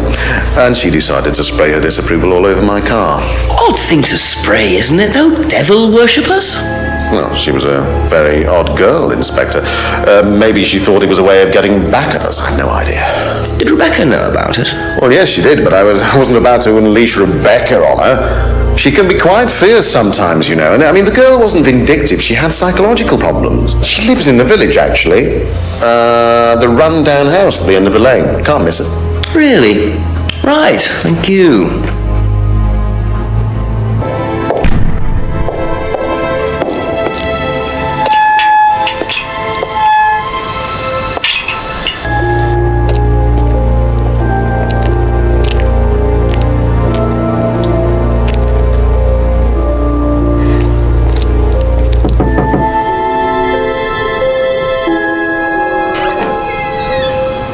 Is it Lisa? Yes. Inspector Jenks, I'm investigating an incident in the village. I wonder if I could ask you a few questions. What sort of incident? I'd rather come in and discuss it if that's all right with you. I promise I won't take long. Thank you. I'll just go in here, yes? I have to go out in a minute. Oh, look, I can come back later. I might not be here. What did you want to ask? I just wanted to ask you, did you know Kate Vine? No. Right. Well, I heard that you're familiar with Atlas, the life skills training company. What do you want to know about Atlas? Well, I heard you reacted badly to it. Of course I reacted badly. So would anyone. Now, why do you say that? Because they're devil worshippers. Devil worshippers? They're making demons appear. They're tricking everybody. They're getting people to join up, then they're putting demons inside them. You can see them. See who? Demons. Where could you see them? In the mirrors. At Atlas? Any mirror. You can't get rid of them. They stay inside you. So, how did you get rid of them? I didn't. You still see them?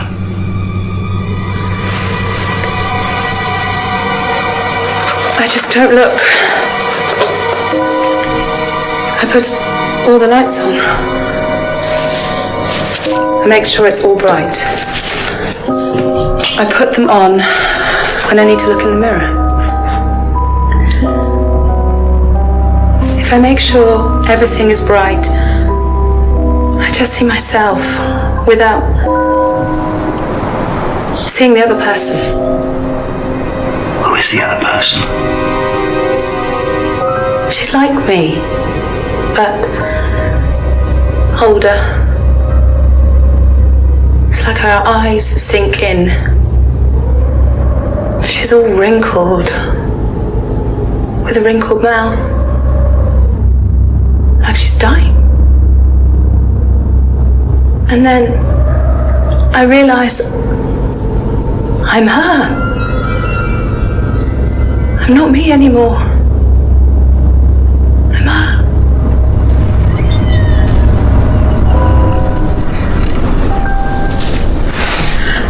I'm sorry, I have to go now. I'm sorry. I'm sorry.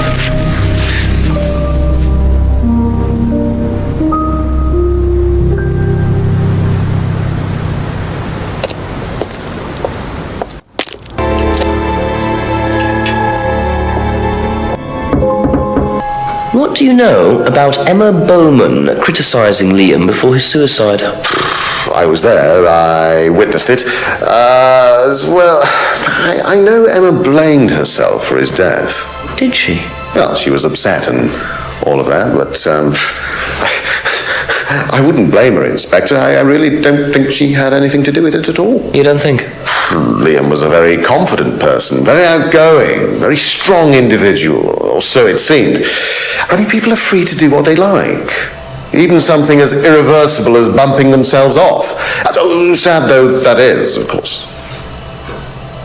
Can you tell me about auto-hypnosis? Well, what would you like to know? Do you use it on the course?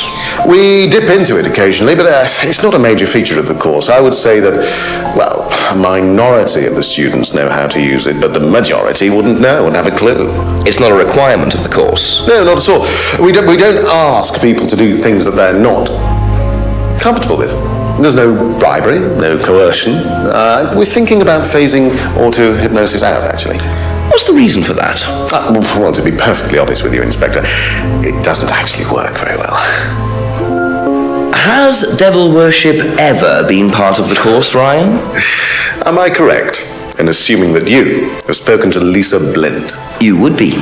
She's been telling me all about the Atlas obsession with Satanism, Ryan. Then if you've met Lisa Blint, then you will have worked out for yourself that she has a very vivid imagination. She also has psychological problems, diagnosed psychological problems, as a matter of fact. So where did she get the idea that you lot were, devil worshippers? I really have no idea. The girl is insane.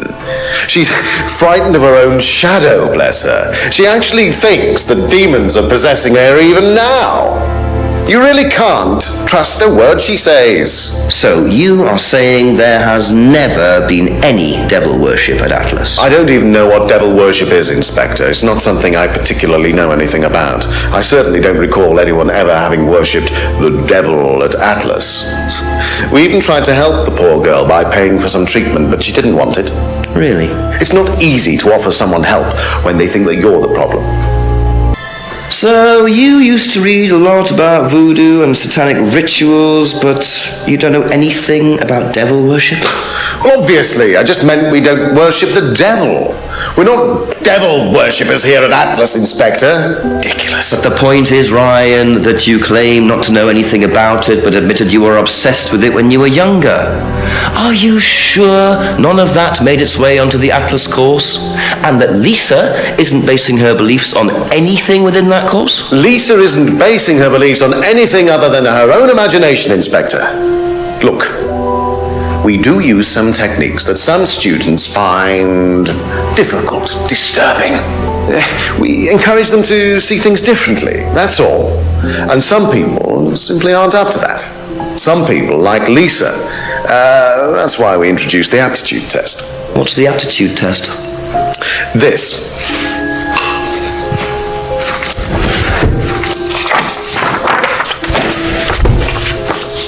We ask students to fill in an aptitude test, medical history, psychological issues, that kind of thing, any medication that they have used in the past, any medication that they currently are using. Here, take a look. Basically, it's just to try and make sure that we don't get another Lisa. Has it worked? Oh, touch wood, so far, yes. Can I keep a copy of this?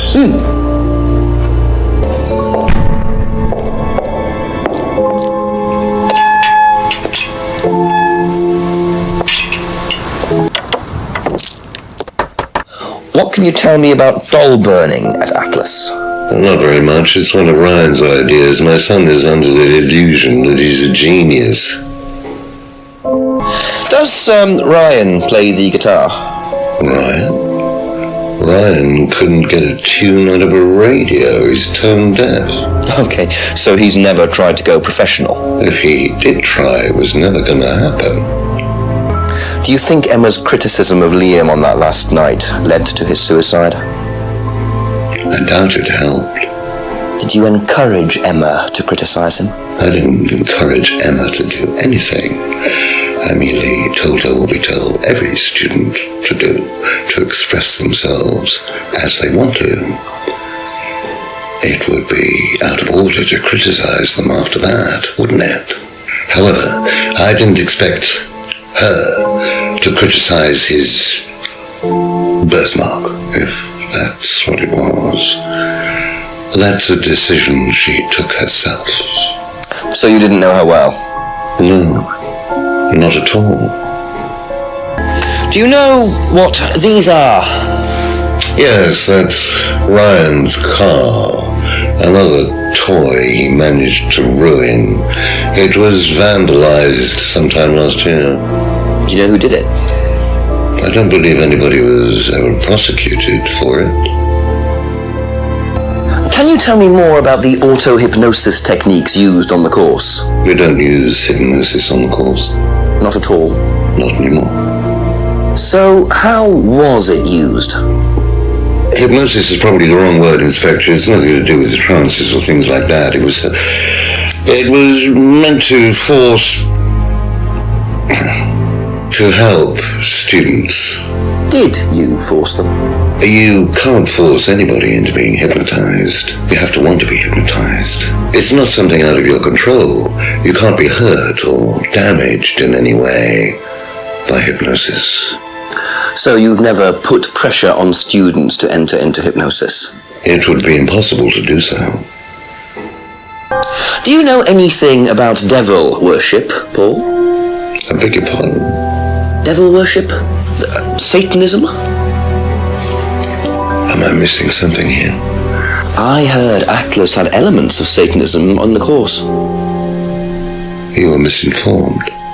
We're a training company, we're not devil worshippers. What kind of a question is that? So you've no interest in the occult? No, Inspector, I have no interest in the occult any more than I have interest in pole vaulting, cheese making, or snake charming. Anything else you want to know that I'm not interested in? That's fine, thanks. Can you tell me a bit about this, please? It's the Atlas aptitude test. What do you want to know? What does it test, exactly?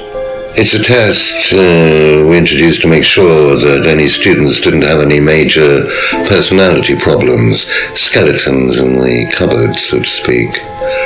We introduced it because we had a little bit of a problem with one of the students. Lisa. You are well informed. And what do you think it was that disturbed her? I believe that the course proved to be too demanding for her. We discovered that she had one or two psychological problems and she couldn't handle it. And did you change anything else on the course apart from introducing the test? We increased the entrance age to 21. Well, wasn't much, but it's about the only thing we could do. We didn't want another Lisa. We didn't want students turning around and suing us, did we? You say you didn't know Emma, yet you bought her a freedom necklace. I don't remember saying anything about buying Emma a necklace. So you didn't buy her one? So you did buy her one. So that means you must have known her, and quite well too. Stop making such a big thing about this, Inspector. Look, I've been around a few years. The clock is ticking, and I admit I have an embarrassing weakness for attractive women. It was a stupid mistake, but that's all it was. So you're saying you tried it on with her? No, I didn't try it on. I bought her a necklace. I'm not aware that there's a law against buying presents unless, of course, the Third Reich has been elected while I was at a bridge party. Emma was old enough to make decisions for herself. And as a matter of fact, she decided that she didn't want to be bothered with an old fool like me. So nothing happened, no mistakes, nobody got hurt. All right.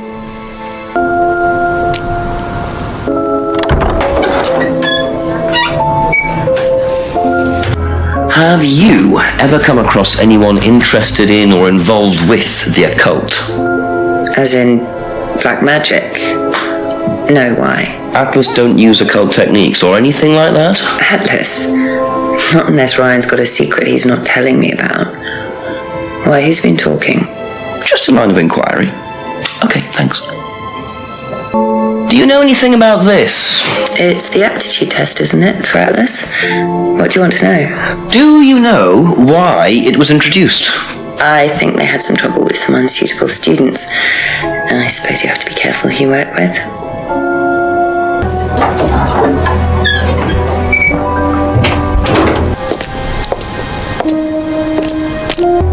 Do you know anyone who is interested in or involved with devil worship? Have you met Lisa? Which Lisa are you talking about? Mad Lisa, lives on her own, doesn't like mirrors. Yeah, I've met her. You think she's mad? If you can't look at yourself in the mirror without seeing ghosts, you've got problems, don't you think? How do you know her? She came to the farm for some eggs a couple of times. Got talking to her once, that's all. And what did she tell you? Nothing much. Except she thought the devil was after her. What did you tell her? Told her the devil needs a good reason to be after you. She was just like most people, really, blind to herself, except she's more extreme. That's all madness is. Being blind to yourself.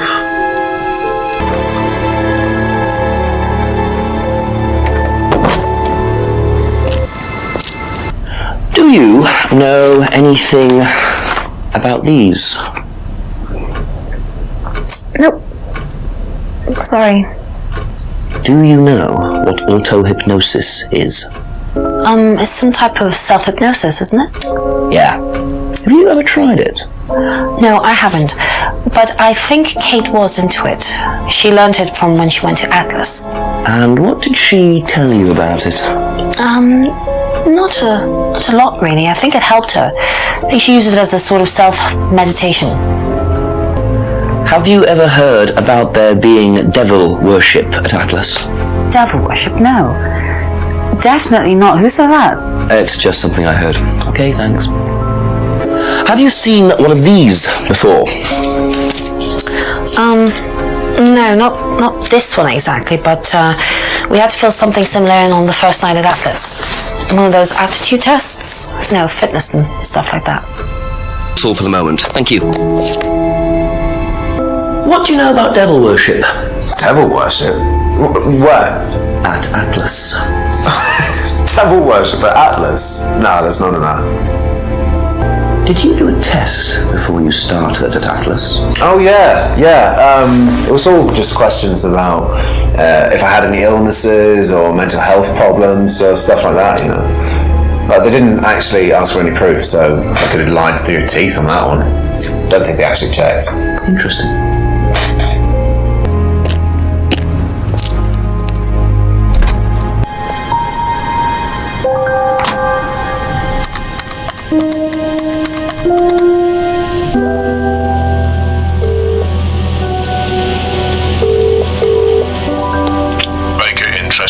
Chief, I finally saw a bit of what goes on at Atlas. I walked in on a meeting. Very strange. There were several students sitting around a fire, taking it in turns to burn handmade woolen dolls. You're hoping I'm going to say tell me more, aren't you? I'm changing my mind. Ryan had an explanation for it, as did Simon. He claimed it was all about burning your past or something. Actually, Simon told me something interesting. He said they also use auto-hypnosis on the course. Oh, what's that? Self-hypnosis. Hypnotizing yourself. Apparently, that may have been what disturbed Lisa so much. Is it dangerous? Well, not in theory. Nobody I've spoken to seems to think so. Well, if it disturbs Lisa so much, then it can't be all that safe for everyone, can it? I suppose it depends on your psychological state to begin with, but I'll look into it. Okay, keep it up, Jenks. Always do, Chief. Always do. You're very funny, very funny. Bye-bye.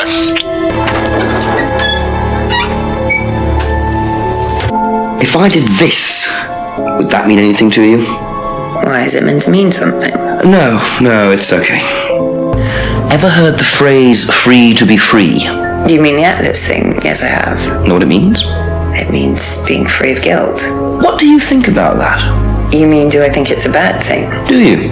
I mean, surely if you have done something wrong. Oh, but that's the point, Inspector. Most people spend their time feeling guilty over nothing, and that's not a good thing.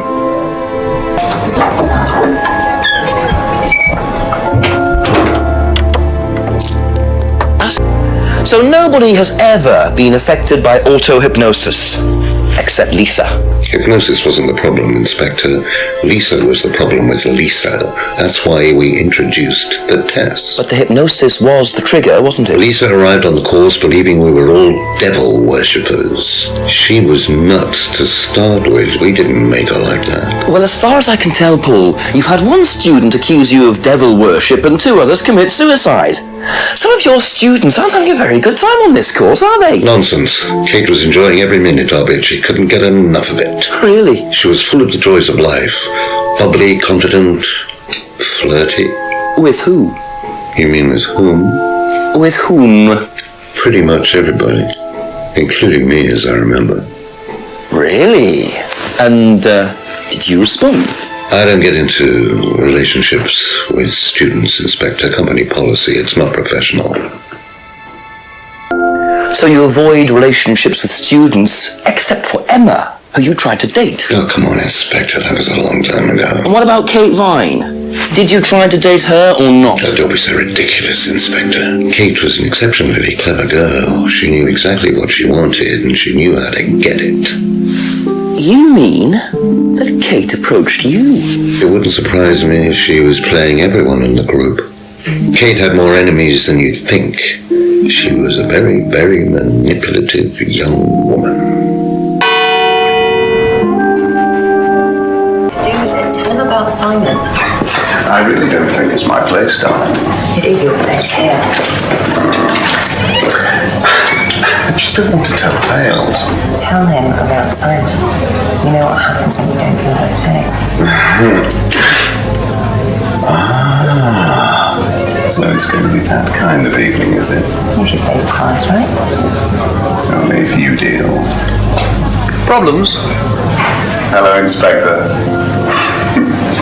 See you later.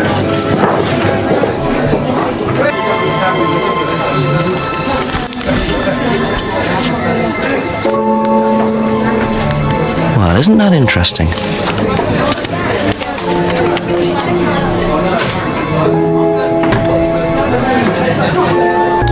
The cupboard downstairs, there's a lot of unopened stuff in it.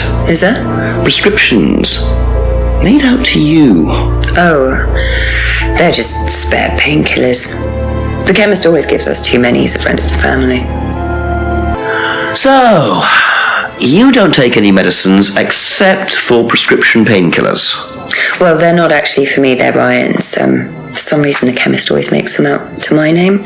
He's an old gentleman. Does Ryan need prescription painkillers? Yes, he's got arthritis. Really? He's young to suffer from that, isn't he? He doesn't have it badly, but he does need medication from time to time. What medicine is it? I couldn't tell you, to be honest. Ryan will know.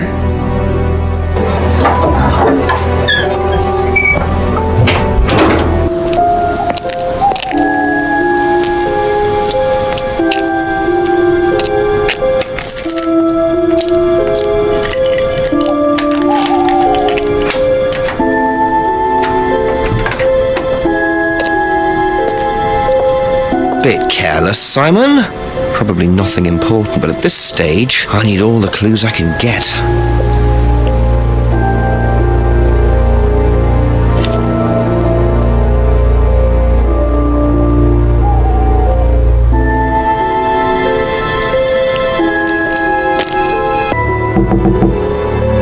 Did you know about Ryan's arthritis? Ryan?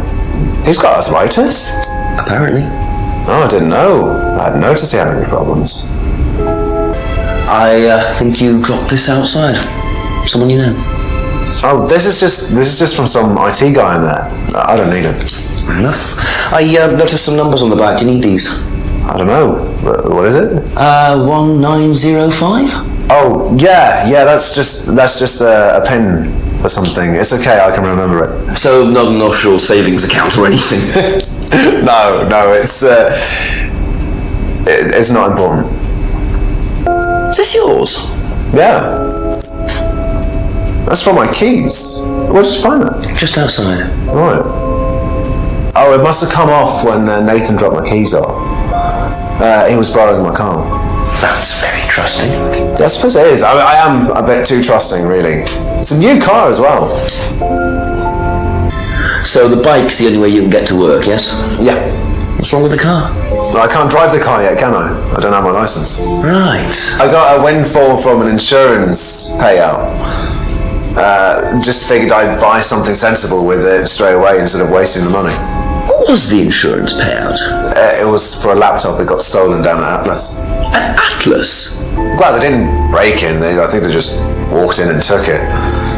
The laptop was in a storeroom, but I think the lock was broken, to be honest. Doesn't sound like they're taking their security very seriously. Actually, it got a lot better after that. I think I'll check it anyway.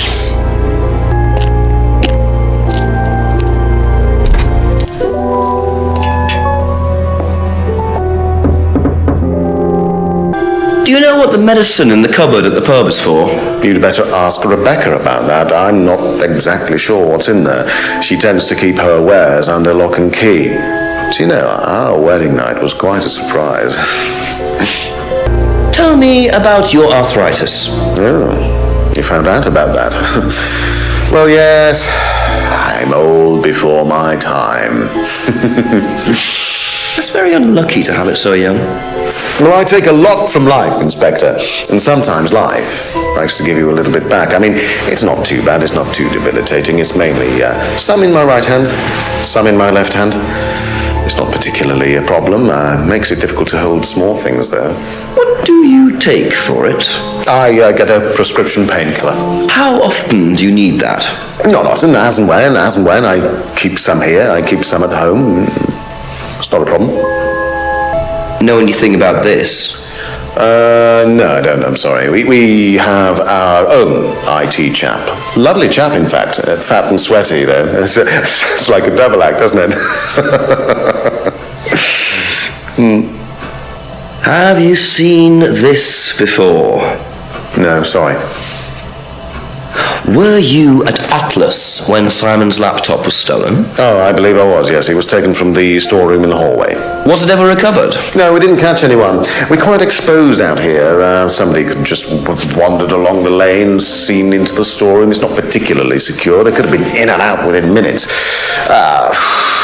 That's why we advise people to keep their valuables with them. You can't be too careful these days, Inspector. So, you don't keep any medicines on site at Atlas? No.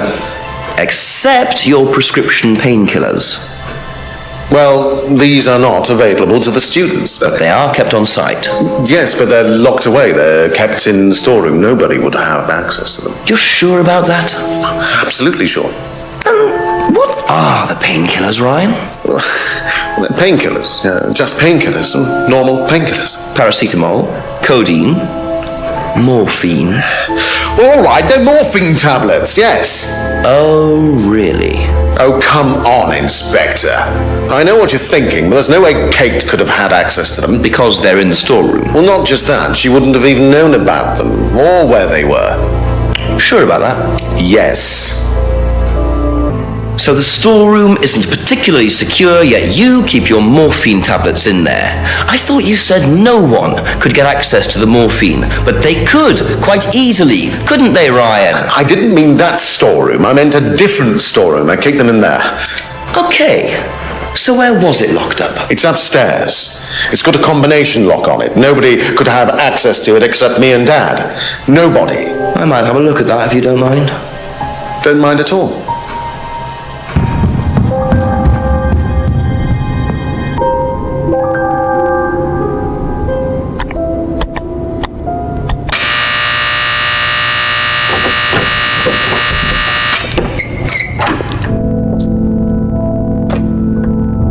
Welcome to the Mirror Room. This exercise is all about identifying the difference between the image one presents to the world and one's real self, which lies deep in our unconscious. As you move through the network of mirrors, practice seeing yourself as a stranger. The more you separate from your persona, the more aware you will become of your true desires and ambitions. Chant with us. I am free from my image. I am free from my past. I am free from myself. I am free from my image. I am free from my past. I am free from myself. I am free free from my image. I am free from my past. I am free from myself. This exercise involves the use of liberation masks. You have now completed Module 1. Module 2 covers boundary testing, threshold testing, and extreme testing. Please read the notes carefully before attempting the module.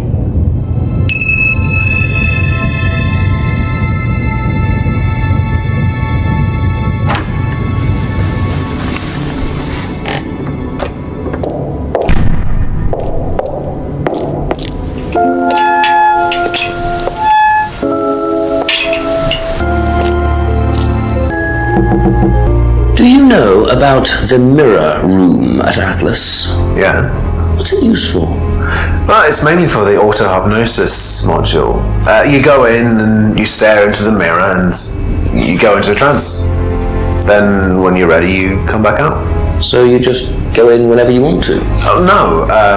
There's certain times when you're allowed in, and only they know the combinations anyway, so you can't really get in. But you don't know the combination? No. So you didn't know the combination to the locked mirror room? Nope. Except you'd written it down, hadn't you? This is the combination to the mirror room, Simon, that you wrote. It isn't a pin, it's a combination. Yeah. You see, this sort of thing makes me suspicious, Simon. What were you doing in there that you didn't want anyone, including me, to find out? It's just part of the course, isn't it? I just wanted to go in there when I was ready. On your own? You didn't give the number to anyone else? No. Simon, there was morphine kept in that room that might have played a part in Kate Vine's death. Did Kate have the number? Yes, okay. We both went in. Together? We were trying to outdo each other. We both tried to morph in. What do you mean trying to outdo each other? It's part of the course. To see how far you can push yourself. To see if you could do something you wouldn't normally do. When was this? A few months ago. How often did you try it? Only that once. I'd never do it again. How about Kate? I don't know. Sorry.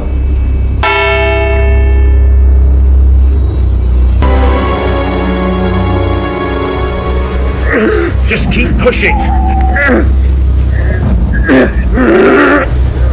Just keep pushing. Keep pushing. Keep pushing. You can push it all the way in, Tom, if you want to. Excellent, Tom. Excuse me. Would someone care to tell me exactly what's going on here? Don't come any closer. That man needs a doctor. No, he doesn't. I don't need a doctor. I'm fine. Go away. What is this? A test. Of what? What does it look like? It's a threshold test. A pain threshold test. I thought you were supposed to be good at working things out, Inspector Jenks.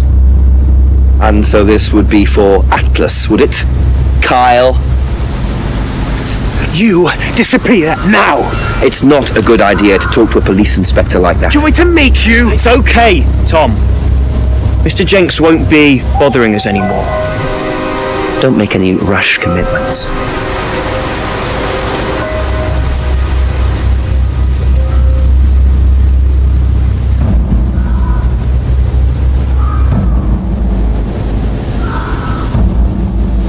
Well.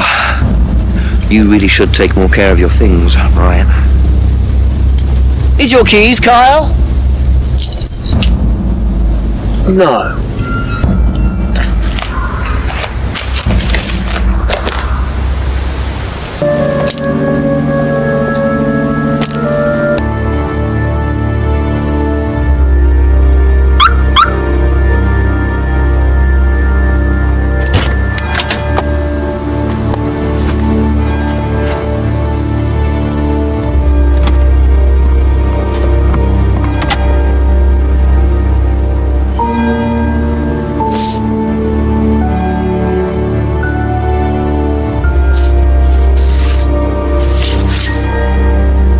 Bingo.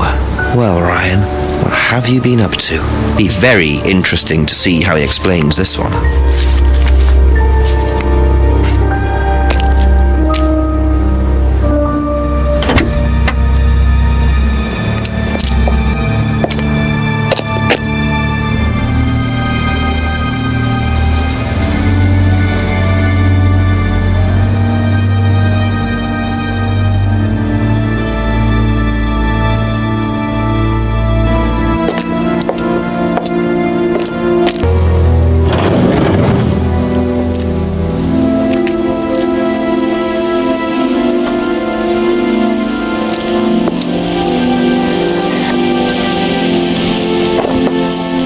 So James is interested in poppy pods, is he? I think he's got some explaining to do. Recognise this at all? Yeah, he fixed my laptop. Does he live locally? I think so. What can you tell me about several boxes of dried poppy pods in the greenhouse back there? Feel free to take some if you want. What are they for, James? Decoration. Why? Decoration. It's a big market for them among the over 70s. So what are you doing with them? Selling them to grannies. Okay, James, let's just cut to the chase. Are you extracting opium from them? Me? I can honestly say I've never done anything like that, Inspector. Sure about that? Scout's honour. And who was the guy delivering them? A friend. Someone gave them to him. He asked me if I wanted them. I said I'd have a look and see if I liked them. You just thought you'd have a look? No particular reason? I'm a plant scientist, that's what I do. Have you ever sold them to anyone else? I only got them a few minutes ago. In the past. You know Kate's body had opium in the blood when it was found? No, I didn't. Hey, that's nothing to do with me. Let's hope not.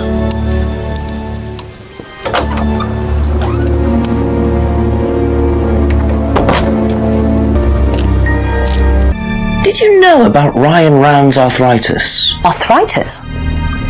I didn't think Ryan had arthritis. Have you seen this before? Nope. Sorry, never heard of him.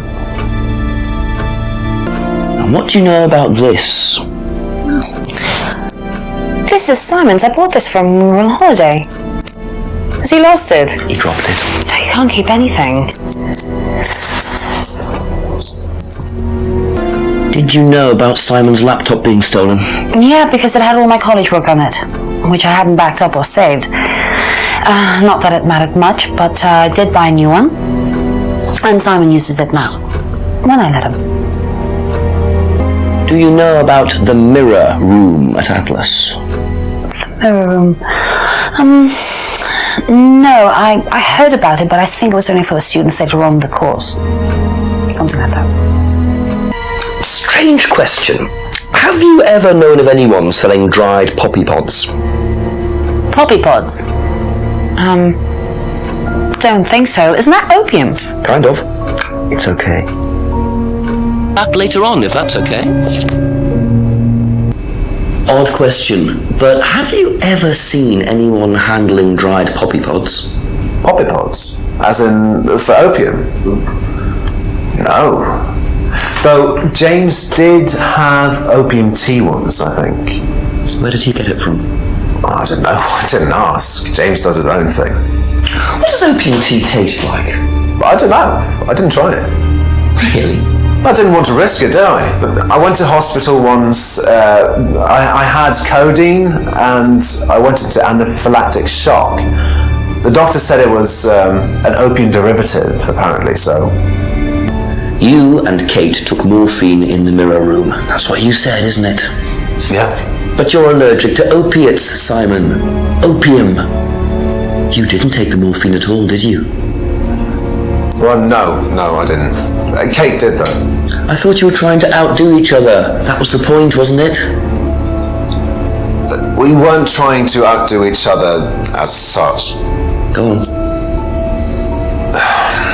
Ryan wanted me to test Kate. To see how far she would go to be prime candidate. What candidate? prime candidate. It means the best person in the group, basically. What do you mean, test her? But you do it in pairs. One person's the tester, it's me, and the other person's the... victim? Well, it's not like that. It's completely consensual. It's just boundary testing. Ryan wanted me to test Kate. Because they thought she was the best student? Well, maybe. I don't know. I just did what I was told, okay? Except you decided to give her morphine. To break the law. Well, I can't change that now, can I? She didn't die of a morphine overdose, did she? She died because she drowned. But she drowned for reasons that aren't clear.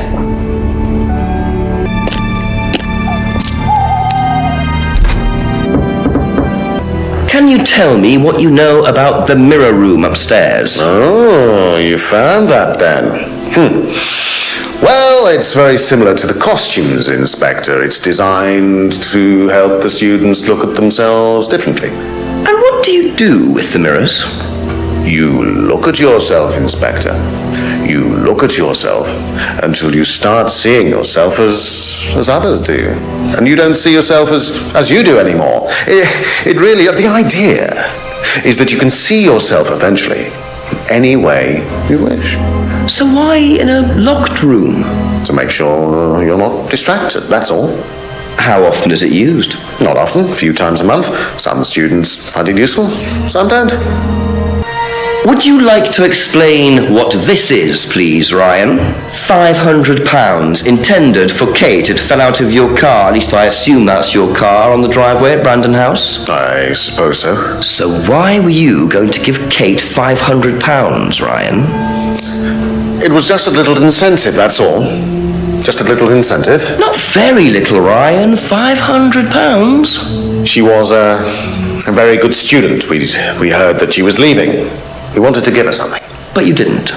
Well, obviously not. Are you sure there wasn't any other reason you might want to give her this? Personal reason? No! Well, I'd like to keep hold of this for a little while, if you don't mind. Well, don't consider it a bribe, will you, Inspector? So, students aren't coerced or bribed in any way, except Kate. I'm not sure what you mean. You said you were going to give Kate the £500 as an incentive. That's coercion, isn't it? I really don't think you could call it coercion, Inspector. It was an incentive, that's all, a little encouragement. So, how often do you use incentives? Okay, incentive is probably the wrong word. The money was just to see how Kate would respond. It was part of her assessment. Assessment? We have to assess students as they progress. We don't use conventional methods like sitting an exam or anything like that. People pay for this course per session. We have to know if they're committed or not. So you're assessing their progress and testing their commitment? Yes, we are. We have to. This is a business, not a charity. Now, tell me what a prime candidate is. You're learning a lot, aren't you, Inspector? Prime candidates are simply the best students, the ones with the most potential. And what benefits do they get from that? Well, they get the top job. Which is?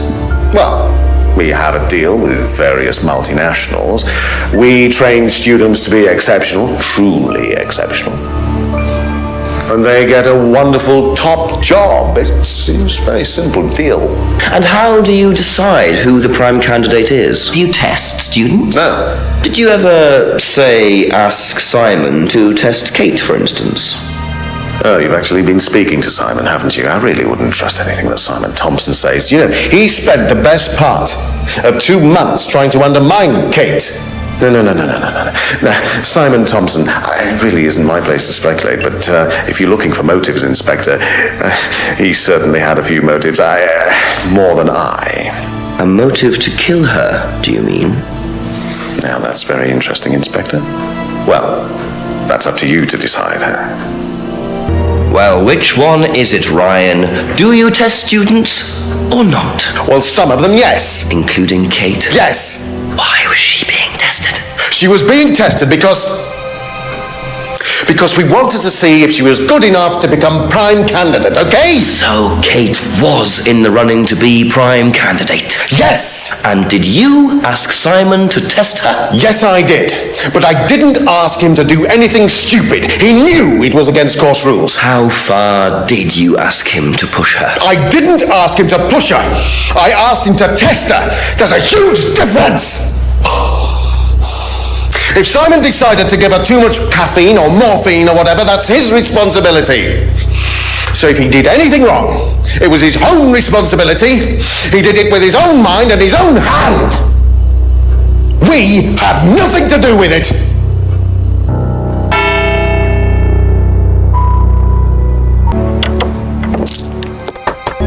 When did Ryan begin to suffer from arthritis? Ryan doesn't suffer from arthritis. Really? The only thing that Ryan suffers from is a pathetic inability to deal with any kind of discomfort. He pulled his back sometime last year. Since then, he's going around telling everybody he suffers from arthritis. I thought he had medication for it. Oh, he only has medication because his GP, who is almost as dysfunctional as he is, keeps prescribing it for him. So you don't believe he really has arthritis? Not at all. Do you know who this is? Dean Hayfield, Aztec. Sorry, never heard of him. We have some prisoner sort who does our IT. Large guy. No manners. Seen this before anywhere? No. And what do you know about Simon's laptop being stolen from Atlas? No, I wasn't happy about it. What did you do about it? Ryan paid a con man to install a complicated CCTV system at twice the price that it would probably have cost. Seemed to do the trick, though. We haven't had a theft since. Can you tell me about the room with the mirrors at Atlas? The one with the combination lock? How did you get in there? I was given the code for the combination. By Ryan? Well, nobody else is allowed to know the code, are they? And not in theory. So how is the room used on the course, then? It's a meditation room where the students can reflect on themselves, literally. And what about the CD? Well, that helps too. It's part of the program. So you send the students into the room, they put the CD on, they stare into the mirrors. And how long does this last for? Until the CD finishes or they fall asleep. What else would you like to know? Now, why do you think Ryan might want to give Kate a cheque for £500? I've really no idea. Where did you find it? Just outside. You better ask him. You think Ryan was interested romantically in Kate? I know he has a weakness for blondes, but I didn't think it had gone so far as his offering them cash. What do you know about poppy pods? Poppy pods? Ever come across anyone selling them, using them? No. What are prime candidates? The best of the bunch. The peaches. And so what does it mean to be a prime candidate? Success. We have a special relationship with many major international companies. We provide them with our best students. And they get an instant job. And what do you get out of it? Well, it's a little kickback. It's just business, Inspector. Was Kate a prime candidate? Well, as Ryan has probably already told you, yes, she was. Did you ask Simon to test her? Yes, it's company policy. Leaders don't get involved. And it covers your back, of course. And nobody knows the students better than they do, Inspector. It's much better to let them just work it out among themselves. It isn't very professional to force students to test each other to the point where one of them gets killed, Paul. We don't force students to do anything that they don't want to do, Inspector. So you don't force them into being tested? No, we don't encourage anybody to hurt or offend anybody else here. You don't use threshold testing, for instance? No. If Simon Thompson went too far with Kate, that's his responsibility, not ours. He's the one you should be speaking to, if truth be told. I don't trust him myself.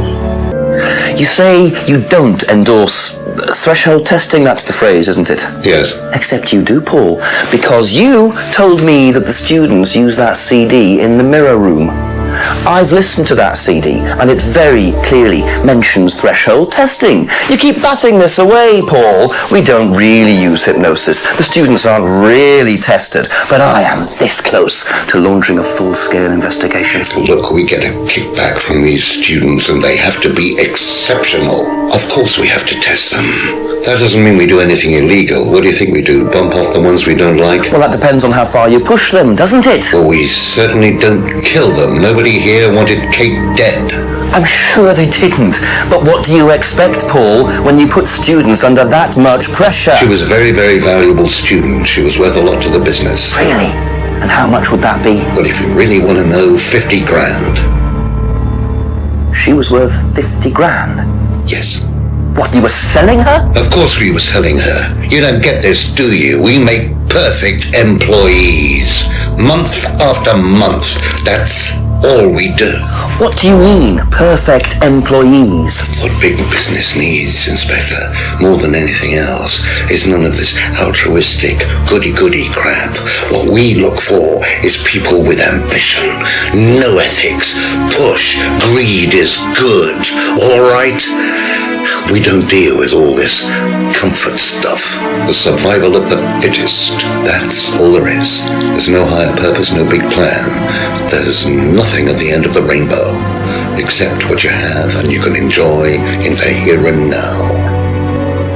And what do you enjoy now, Paul?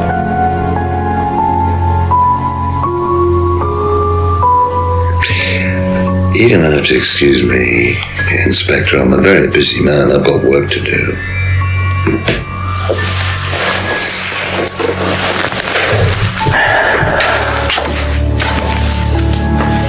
I'll see myself out.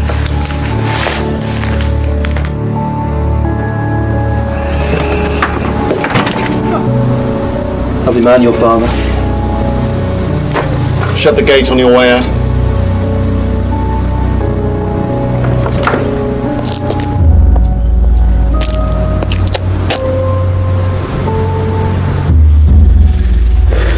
Doing his level best to shut this place down. Get rid of him. He's a policeman. We can't just... You sort this, Ryan. You man up and you sort it. Tonight.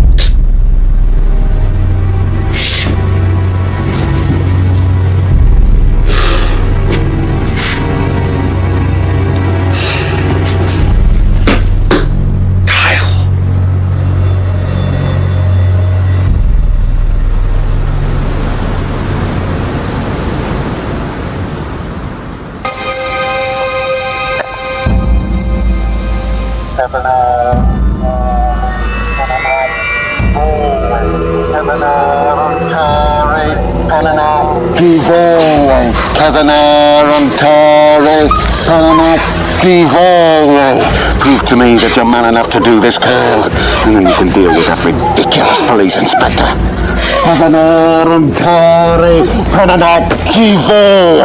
What is this?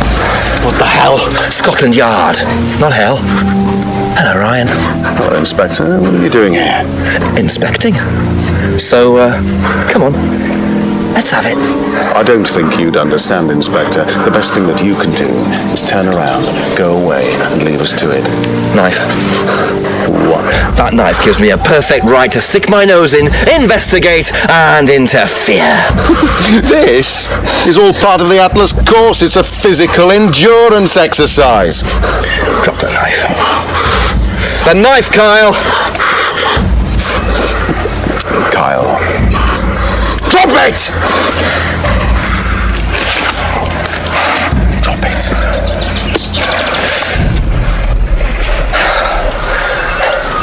Not looking 100% brilliant for you, Ryan. Oh, please, Inspector, you've poked your nose into Atlas's affairs enough times to know that imaginative flair is part of the course's success. Our lessons are reinforced by a unique emotional experience. Terror! thorough. It's an extremely evocative tool. Well, it's a good job you're not in charge of the national curriculum. Now look, Inspector, I know what you're trying to do. I know what you're thinking. But believe me, Atlas had nothing to do with the deaths of those people. Eyewitness account of a satanic sacrifice in the woods. That's not what we call circumstantial evidence, Ryan. Simon. Now, I saw Simon walking home with Kate last Friday after the meeting. Now, Simon had some strange idea that he was in the running to become prime candidate. Well, a knob of butter has more chance of becoming prime minister. Oh, wait. So are you telling me that Simon killed her? Well, it seems reasonable. It's likely, isn't it? Any more likely than you, Ryan?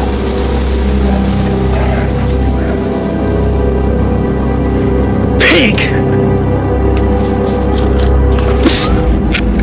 I know. Police brutality.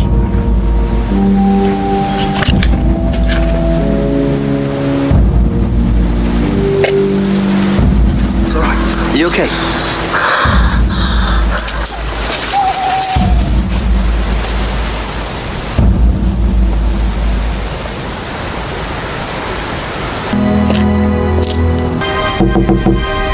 How do you think you'd have reacted if you'd found out that Kate had been chosen to be prime candidate? Was she? I'm just asking how you think you'd react. I don't know. I wouldn't react in any way, really. I'm not bothered. I don't think she was, though. What makes you think that? Well, it's just an impression I got. You know, she's a bit flaky, to be honest. She's just not really prime candidate material. What would you say if I said it's been suggested that you were seen walking home with Kate after Atlas last Friday? What? By who? The same person who suggested that you wanted Kate out of the picture because you found out she was in the running to be prime candidate. Who said that? Just a question. I didn't think I was in the running. It was Ryan, wasn't it? I am in no position to say. It was Ryan. Simon, calm down. No, I can prove it. Kate's driving license, give it to me. Why? Kate's driving license, please.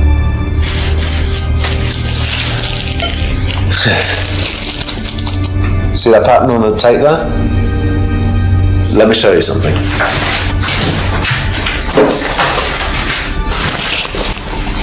See this pattern? Now look at that. It's the same pattern. This has come from the same roll of tape as this. So there's only one person that's tape like that. Ryan. He gave me this piece of tape when I was in his office once.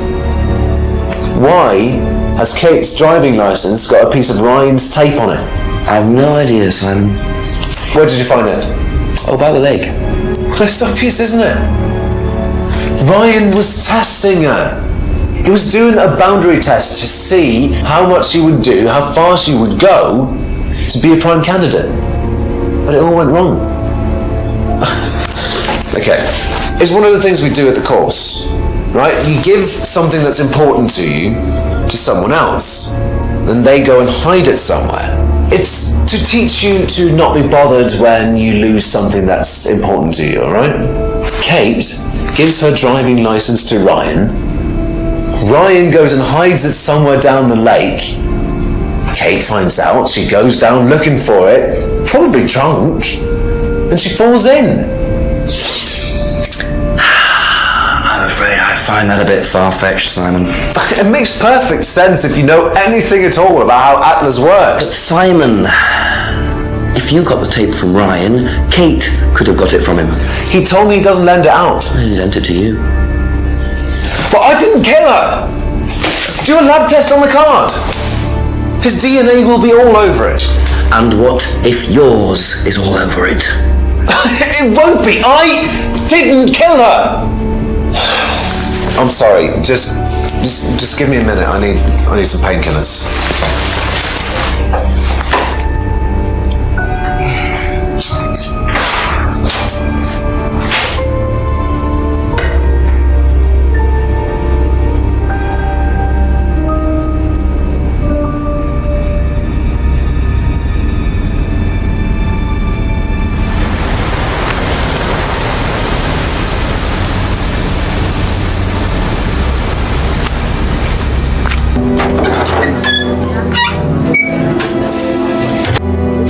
anything about a locked room at Atlas with mirrors in it? Not off the top of my head, no. I think that's a question for Ryan. What do you know about poppy pods? Go on. Ever come across anyone trying to sell them or anything like that? Maybe even in here? Not that I remember. Do you know what a prime candidate is? At Atlas? It's the best student. And what does that mean? It means they get a guaranteed job with a very good salary. Well, that's the idea anyway. But? Mostly they aren't up to it. And what happens then? They get sacked. Did you know Kate Vine was a prime candidate? No. Have you seen patterned tape like this anywhere before? Oh, Ryan's got some. I know because I borrowed it. When was that? A couple of months ago. Have you still got it? I don't think so. I haven't seen it since then. You last saw that sticky tape 2 months ago, is that correct? Yes. So how come you used it last week to tape over the broken window outside? That's the same tape. Well, I must have been mistaken. You see, the reason I'm asking is that it's exactly the same tape that was found attached to Kate's driving license, found at the scene. The tape that only Ryan has. Ryan, and of course, you. So what are you saying? Who's got the tape now? Do you know where it is? No. No, I don't know where it is. Why are you asking me about this tape? You seem nervous, Rebecca. Is there a problem? Well, you're practically accusing me of having something to do with that woman's murder, aren't you? I wasn't accusing you of anything, Rebecca. Unless there's something you'd like to tell me. No, I wouldn't like to tell you anything. Okay, well, that's fine. Obviously, we'll be swabbing everyone in the area for DNA, so if anything comes up on Kate's license, DNA traces. What will come up? Nothing will come up. Right, I've had enough. I've got to get back. Rebecca! Would you like to explain to me exactly what is going on? Which bit? The fact that some leggy bitch was trying to steal my husband? I think you had better tell me what you know, Rebecca. Okay, you want to know what I know? Kate Vine seduced my husband and was going to blackmail him. Not only did she sleep with him, that whore did it just for his money, our money. How did you work that out? I heard her. I knew it was her arguing with Emma Bowman. Emma was trying to talk her out of it. And how did she come to be at the lake? She dropped that driving license thing when she came in. She was drunk. She dropped her bag. I took it out to the woods and stuck it over the lake. Then I waited for her. When she came out, I told her where it was, that someone had just run off into the woods with it. You led her to a lake. She was reaching out over the lake to get it. I didn't do anything, she just fell in. But you let her drown. It was dark, I couldn't see anything, I couldn't help her. Really? Did you try, Rebecca? Well, it was too late. She was just flapping about in the water. It was pathetic, she was making these gurgling sounds. And what did you do? I got a big stick. I just pushed her down with it until she stopped. Well, she was dead anyway. What did it matter? You killed her, Rebecca. But she slept with my husband. She didn't, Rebecca. What do you mean? You got the wrong girl. But who? Emma. It was Emma. Rebecca Rand, I am arresting you for the murder of Kate Vine. You do not have to say anything, but anything you do say may be taken down and will be used in evidence against you. Do you understand? Yes. So, it appears that Kate Vine's death was a tragic case of mistaken identity. But there are some loose threads here. What was Ryan doing with Kyle and that girl in the woods? What if I hadn't interrupted? And what really happened to Liam last year? It seems I've only scratched the surface of Atlas and the Rand business empire. Trying to find out about Paul Rand's past is like peering into dense fog. He gives nothing away and covers his tracks with military efficiency.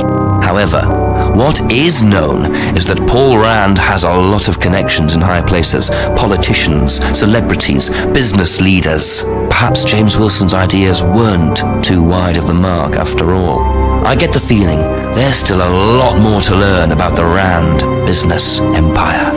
You're going to have to excuse us. Atlas is closed for the moment, but we'll be open again very soon. Thank you for your interest.